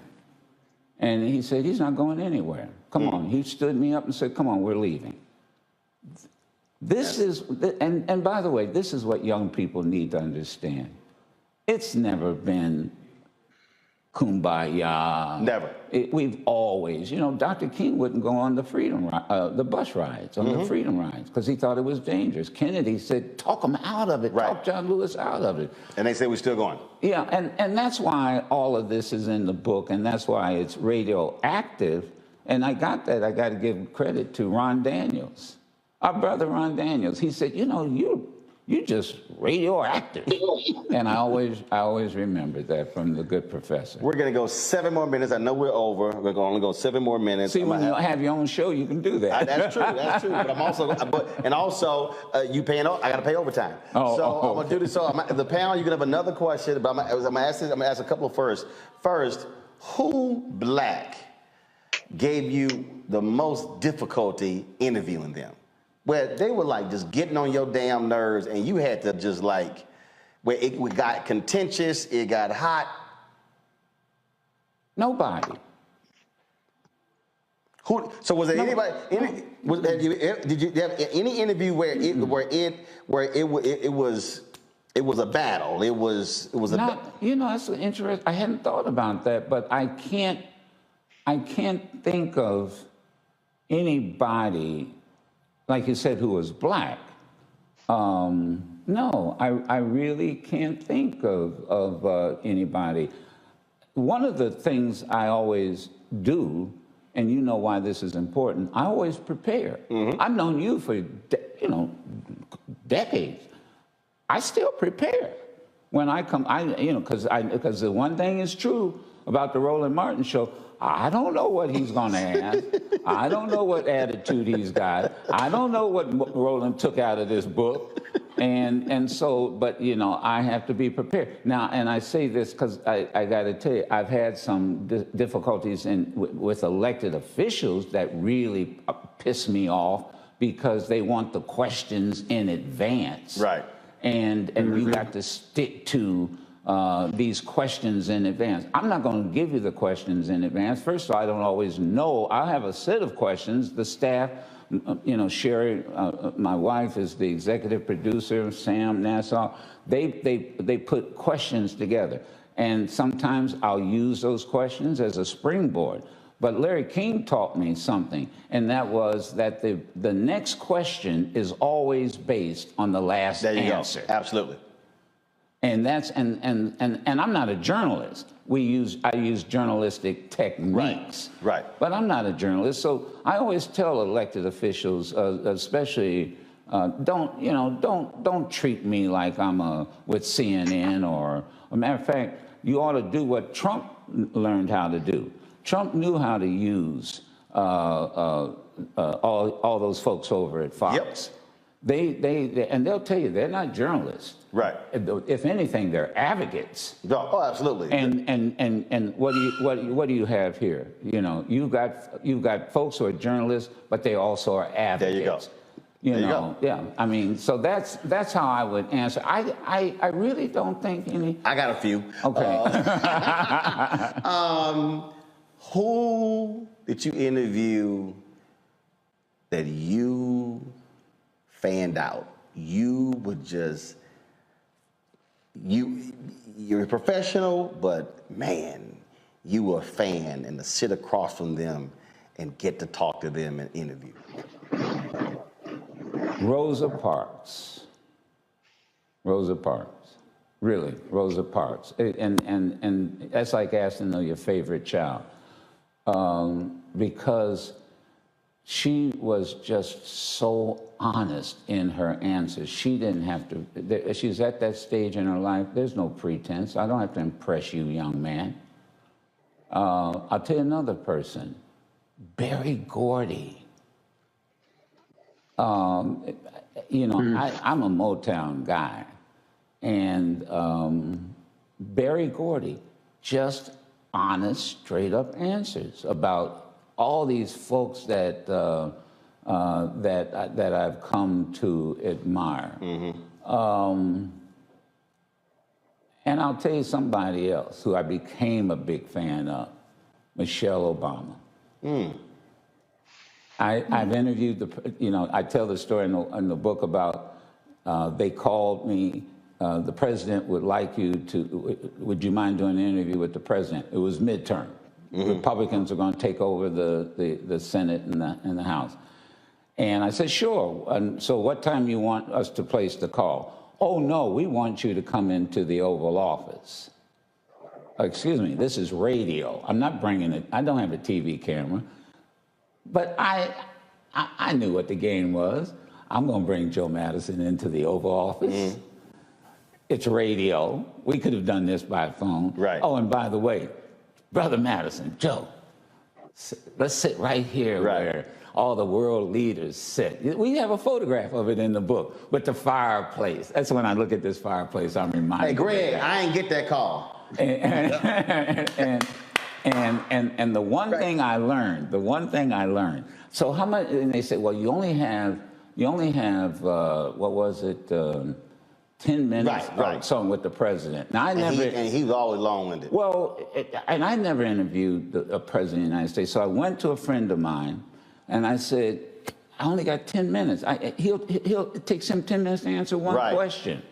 And this person reminded me of something. This is what I remind everybody. He said, Joe, forget that. That's staff time. Right. He'll tell you when his time is up. Yep. Man, we went for 25 minutes. There you go. Now 25 minutes. Now was that so? Now was that interview September or October 2010? October. Okay. So, and let me tell you what. But here's the funny joke. So we get to it. We're now into the interview, and I hear this. Woof, woof, woof, woof. It's the helicopter coming, and to Marine One, and it lands outside. And he stops the interview. He says, "Oh man, Joe, brother, I got to stop. My ride has gotten here, and you don't want a brother to miss his ride." But Michelle Obama is real. No pretense. And we just clicked just like that, you know, because of her experience. Her experience is quite different than his experience. We just related. She was just she put it where the goats could get it. So before I go to panels with questions, so let me tell you how that interview and others happened. With who? Oh, okay. Obama in the midterm. Oh, go ahead. Yeah. So Obama gets sworn in January 2009. Right. He's on the Tom Joyner Morning Show the day before the inauguration. Okay? So we go through all of 2009. Does no black media. Oh, yeah, I remember that. So we get to 2010. When I would do Joyner, I would connect before. And we'd be on before. And so Tom was constantly complaining, how in the hell Michael Steele has been on my show more than the president? Yeah. Tom was like, all the stuff I did, all the stuff I... Yeah, and we were all going through that, having that train. So Hurricane Katrina anniversary is August 2010. Obama does this sit-down interview with Brian Williams. I said, enough of this shit. I sent Valerie Jarrett an email. I said, y'all gonna have to learn how to come home. I said, we've had Michael Steele on 3 times. Y'all ain't done Tom, Steve, Joe. I see interviews with everybody. Yeah. I said, we got midterms coming up. We waited all of 2009. Here we are, more than halfway into 2010. Y'all need to be talking to black radio and black media. That's true. Oh, okay, I got you. That's true. So the next week, he's on Joyner. So they start scheduling him. Yeah. And when he comes on, he apologizes to Tom. You know what? I should have been doing more of this. I should have been here earlier. But I sat there and I said, no. So Tom was trying not. I said, no, I'm going to tell her This don't make any sense. Now, everybody who's watching, y'all remember when I was going off on Speaker Nancy Pelosi. So let me tell you what happened. So I called Joe. What y'all don't realize, y'all understand how we work. It's like passing the ball, who gets an assist. Yeah, that's right. Y'all don't understand. like we did in the Senate meeting with the Democratic leadership 2 weeks ago. So I'm telling Joe about how I'm blasting Pelosi every day. Joe's like, shit, hell, they ain't done my show. Joe, I've been asking for years, I see it. So we going, he said, I'm gonna support you. So the next day, Joe goes on the show, says what I'm doing. Well, Pelosi's people were listening. Phone rings. She was on what, 48 hours later? Yeah. Joe called me, hey, Ro, she gonna be on the show in 2 days. And I was like, good. She did April Ryan. April came, she's like, bro, I gotta thank you for that. I said, here's my whole deal. I said, I still ain't got the interview. I said, but Joe got her, April got her. I said, but that's the whole point. It's not about your ego. It's, yo, I'm gonna help you. I'm gonna help you. Right. We all in this thing together. We all gotta apply that pressure to them and say, don't play us small. And why is that the case? Because we have basically the same audience and the same responsibility to educate our audience. That's why. So to Terrain's question, part of that, how do you create that group?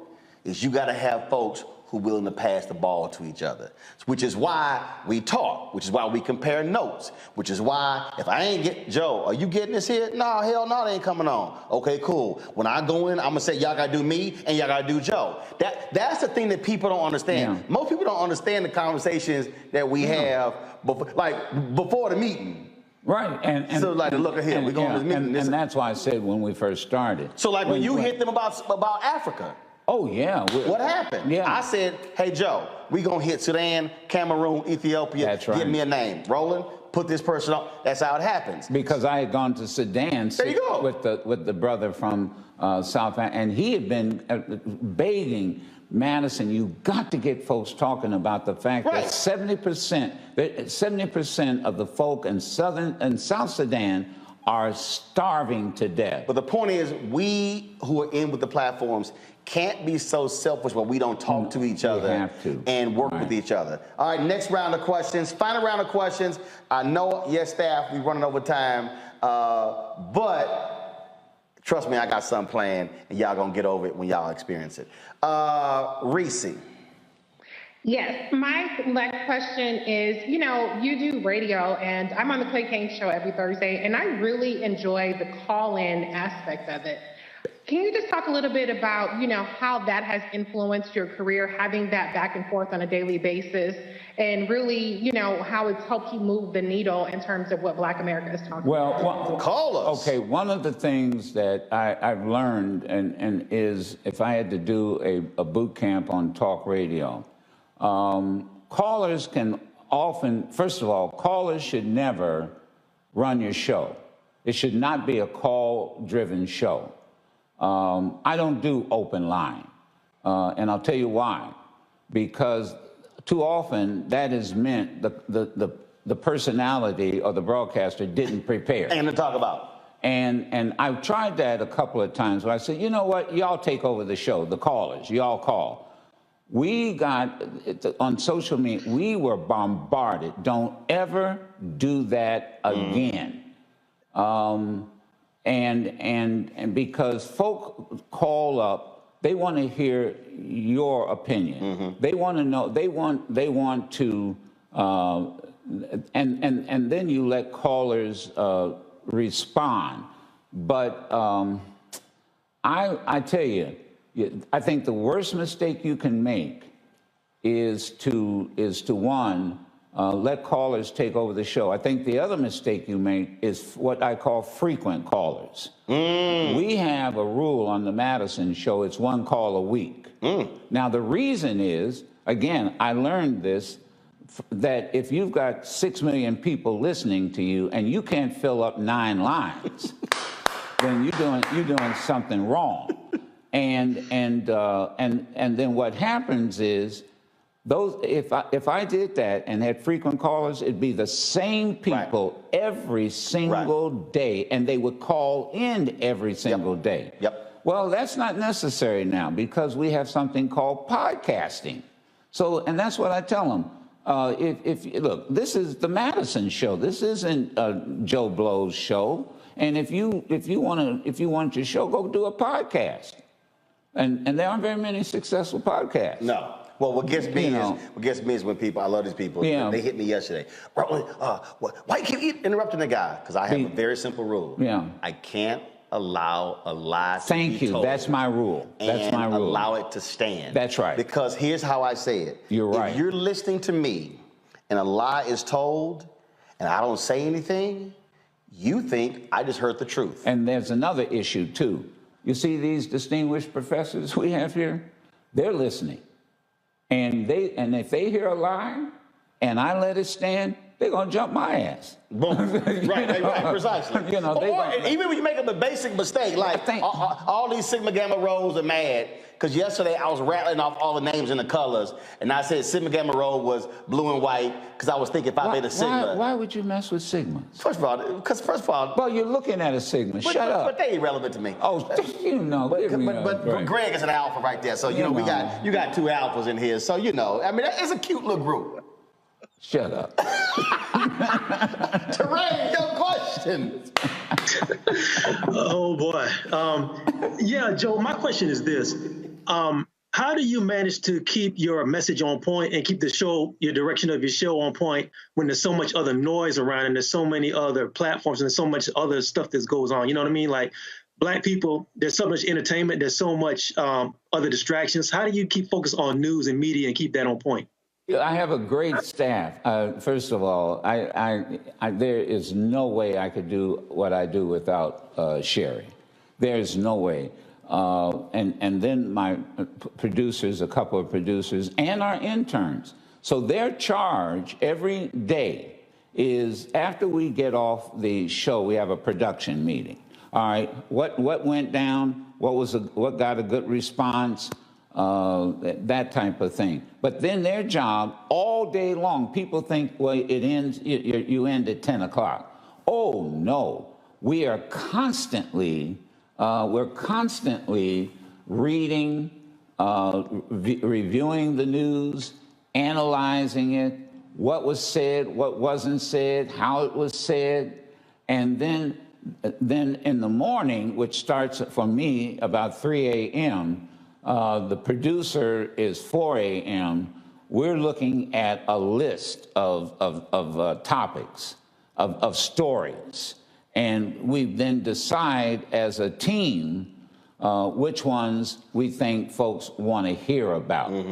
So there's a couple of approaches we take. Which ones will get people talking and give people an opportunity to vent and express their opinion. Then there's a list of shows, what are you going to do about it? See, I can't, for example, when the slap heard around the globe, of the world, there isn't anything I can do about that. Right. None of us can do anything about that. But I knew damn well that we were going to spend 4 hours talking about it. So that, so that's how I do. But the most important thing is thinking critically.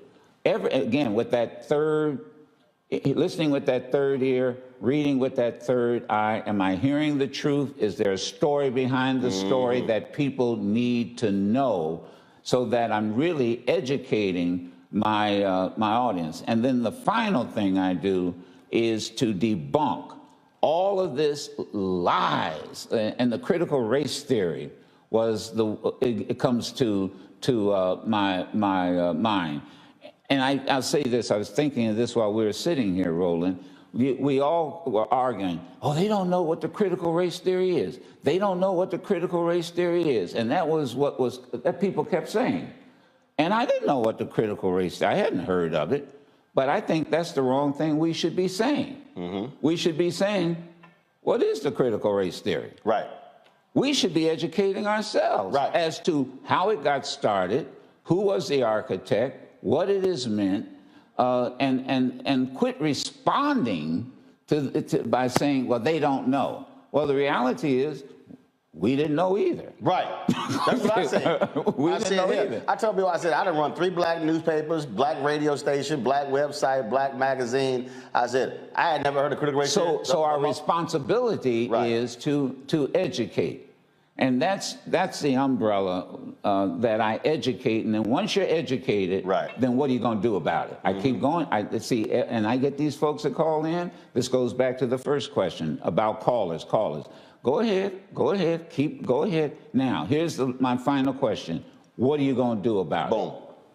Not what is Roland going to do, not what Madison is going to do. What are you prepared to do about it? And you usually get crickets. Yep. Same thing. Because most people don't do anything, and that's why we call it radioactive. And look, I did the same when I was on WVON in Chicago. I would do the exact same thing. Don't sit here and call bitch and moan. What you gonna do? All right, final question from the panel by Alpha. Brother. I appreciate that, Roland. Well, we know, Baba Joe, you and Baba Dick Gregory, another Alpha, was thick as brothers. So, I mean, we know you ain't got nothing against Alpha. That was your man. So, anyway, I want to ask you about something that you undertook in terms of action right around the time, a little bit after the time the book came out. Of course, we all remember in November you started that hunger strike. Yeah, and said November you're not 8th. Right. Yes, sir. And so I guess my question is, you mentioned Ron Daniels, you mentioned the great Ron Walters, you've seen and been at the center of so many battles, political battles. You know, obviously a sense of urgency animated that decision. You literally put your health on the line, sacrifice. I guess my question is, looking at this country right now, how close do you think this country is to a potential political fracture? Given the fact that you said, look, I feel so strongly about this that I'm willing to put my health on the line. We've got to get this right. How close do you think this country is? Are we on the verge of something that maybe we've never seen before in history? Oh, yeah. I think we are literally looking at, and it may not be like the first Civil War. I think we're looking at some form of civil war. When I did that hunger strike, one of the problems I had was people are having moments, and they weren't creating a movement because people weren't sacrificing. God bless the folks some people were getting arrested and going to jail. Some folk were getting arrested and they were getting traffic tickets, or what I call citation. And I didn't, and I didn't think that there was enough pressure. So I channeled Dick Gregory. I kept thinking, what would Dick do? And I talked to his son, Christian, and we had a very lengthy conversation. He said to me, he said, you know, Joe, you know what Dick would, you know, my dad would do. First of all, he'd probably go on a hunger strike and he wouldn't ask anybody. But I had to ask my wife. And she only agreed. She said, now, first of all, you're not that 34, 36-year-old kid you were when you and Dick were doing hunger strike. Man, as folk kept reminding me, you're in your 70s now. I wasn't feeling 70. And so she said, you got to go to the doctor. The doctor said, why you want to do this? I explained. And he gave me the go-ahead. You're okay. And I never will forget. I got in the car. We're driving out of the parking lot at a doctor's office. And my wife looked at me, and she had never done this before. She said, are you telling me that you're willing to die for this cause? And I looked at her with one word and said, yes, in the conversation. And here's what I said. I'm doing this because I don't want my children and my grandchildren and my great-grandchildren to ask, Papa, what were you doing when the end of the second Reconstruction was starting? I know what they did at the end of the first Reconstruction. The first thing they went after was the vote. It was the birth of the Klan. They burned down churches. They lynched people all over the vote. And I saw the same thing happening. And I may not live to see the end of the second Reconstruction, but while I'm alive, I'm not going to have my grandchildren asking me, what did you do to stop it? And so that's what started the hunger strike. I think we are just a hair trigger away from some real serious conflict if we don't stand up, speak up, and I'm telling you, November 8th, and I'm saying this to everybody, don't sit here and wait until October to get started. That's right. Don't wait till September to get started. We need to mobilize now. And I'm saying this to all the leaders. They can get mad at me if they want to. Take it over. I'm like Dick. I don't care. And I'm not asking your permission. Will y'all please check your egos at the door? Check your egos at the door. And, you know, that's the old Quincy Jones sign that was over when they did We Are the World. We Are the World. He brought together the greatest artists in the world, and he had a sign: check your egos at the door and get organized, and more important, mobilize. Nancy Pelosi said something to me when they just as they were passed the Emmett Till anti-lynching bill. God bless Bobby Rush, man. And he stuck with it. But she said something in this bill signing ceremony that she did at the Capitol. And she invited me to it, and Steny Hoyer invited me. She said, you know what? In Congress, we maneuver. That's what we do up here. We maneuver votes. We maneuver. What y'all did to get this bill passed, and I say y'all because it wasn't just me, you mobilized. Yep. And that's what got that bill passed. Organized, mobilized. After 250 attempts. After 250 attempts, in what, over 100 years? And that's what we have to do. Organize and mobilize, and I'm telling all of them, check your ego at the door. Because this, if we lose at November 8th, we're in deep doo-doo. I've been warning folks the same as well, and in channeling Reese, and I said this in 2008 on CNN, vote or shut the hell up. But it was funny, we were at the Democratic National Convention, and we were under the tunnel, and I see Brian Williams, and he pulls me aside, and he says, I'm loving the stuff that you do. He's saying, you're right, vote or shut the fuck up. I cracked up laughing, but that's it. All right, put a dollar in the cuss jar. Well, ain't no problem. But so that means $99 will go to the Bring the Funk fan club. Oh, no, that's not yours. That's yours. Y'all, the book is called Radioactive, a memoir of advocacy and action on the air and in the streets. My man, my homie, my friend, Joe Madison, y'all, I'm telling y'all to relax. We talk all the time offline. We see each other. I hope they realize this was a treat, man, because we haven't done this on air. That's true. That's true. I mean, this is raw. Yeah. Or I'm sorry, unfiltered. There you go. We see each other. Y'all understand? We see each other at events. Me and Joe be on the side like, yeah, this is some bullshit. Yeah, I know. Like, man, how long we got to be here listening to this bullshit? I'm telling you, if y'all could actually hear those conversations and some of the stuff. Excuse me. I put it in the book. It's in the book. Get y'all a copy. I'm gonna have Joe sign it right now. I didn't sign that. I don't know if you signed. You did. I'm sorry. Okay. All right. What did I say? You are the GOAT. Joe Madison, the Black Eagle. You are the GOAT. That's you, man. Are the GOAT. I always enjoyed our friendship. Look, you've always been an honest truth teller. It's all about giving folks hell and letting them know that we ain't backing down. Or as Sidney Poitier said to me, there's no back up in you.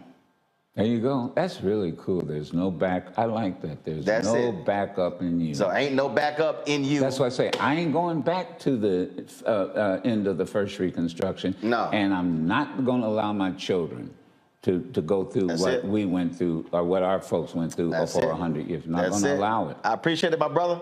All right, I appreciate it. All right, folks, back to our Roland Martin Unfiltered video in just one moment. Folks, Black Star Network is here. Hold no punches. I'm real revolutionary right now. Support this man, Black Media. He makes sure that our stories are told. Thank you for being the voice of Black America, Roland. Stay black. I love y'all. All momentum we have now, we have to keep this going. The video looks phenomenal. See, there's a difference between Black Star Network and Black-owned media and something like CNN. You can't be Black-owned media and be scared. It's time to be smart. Bring your eyeballs home. You dig?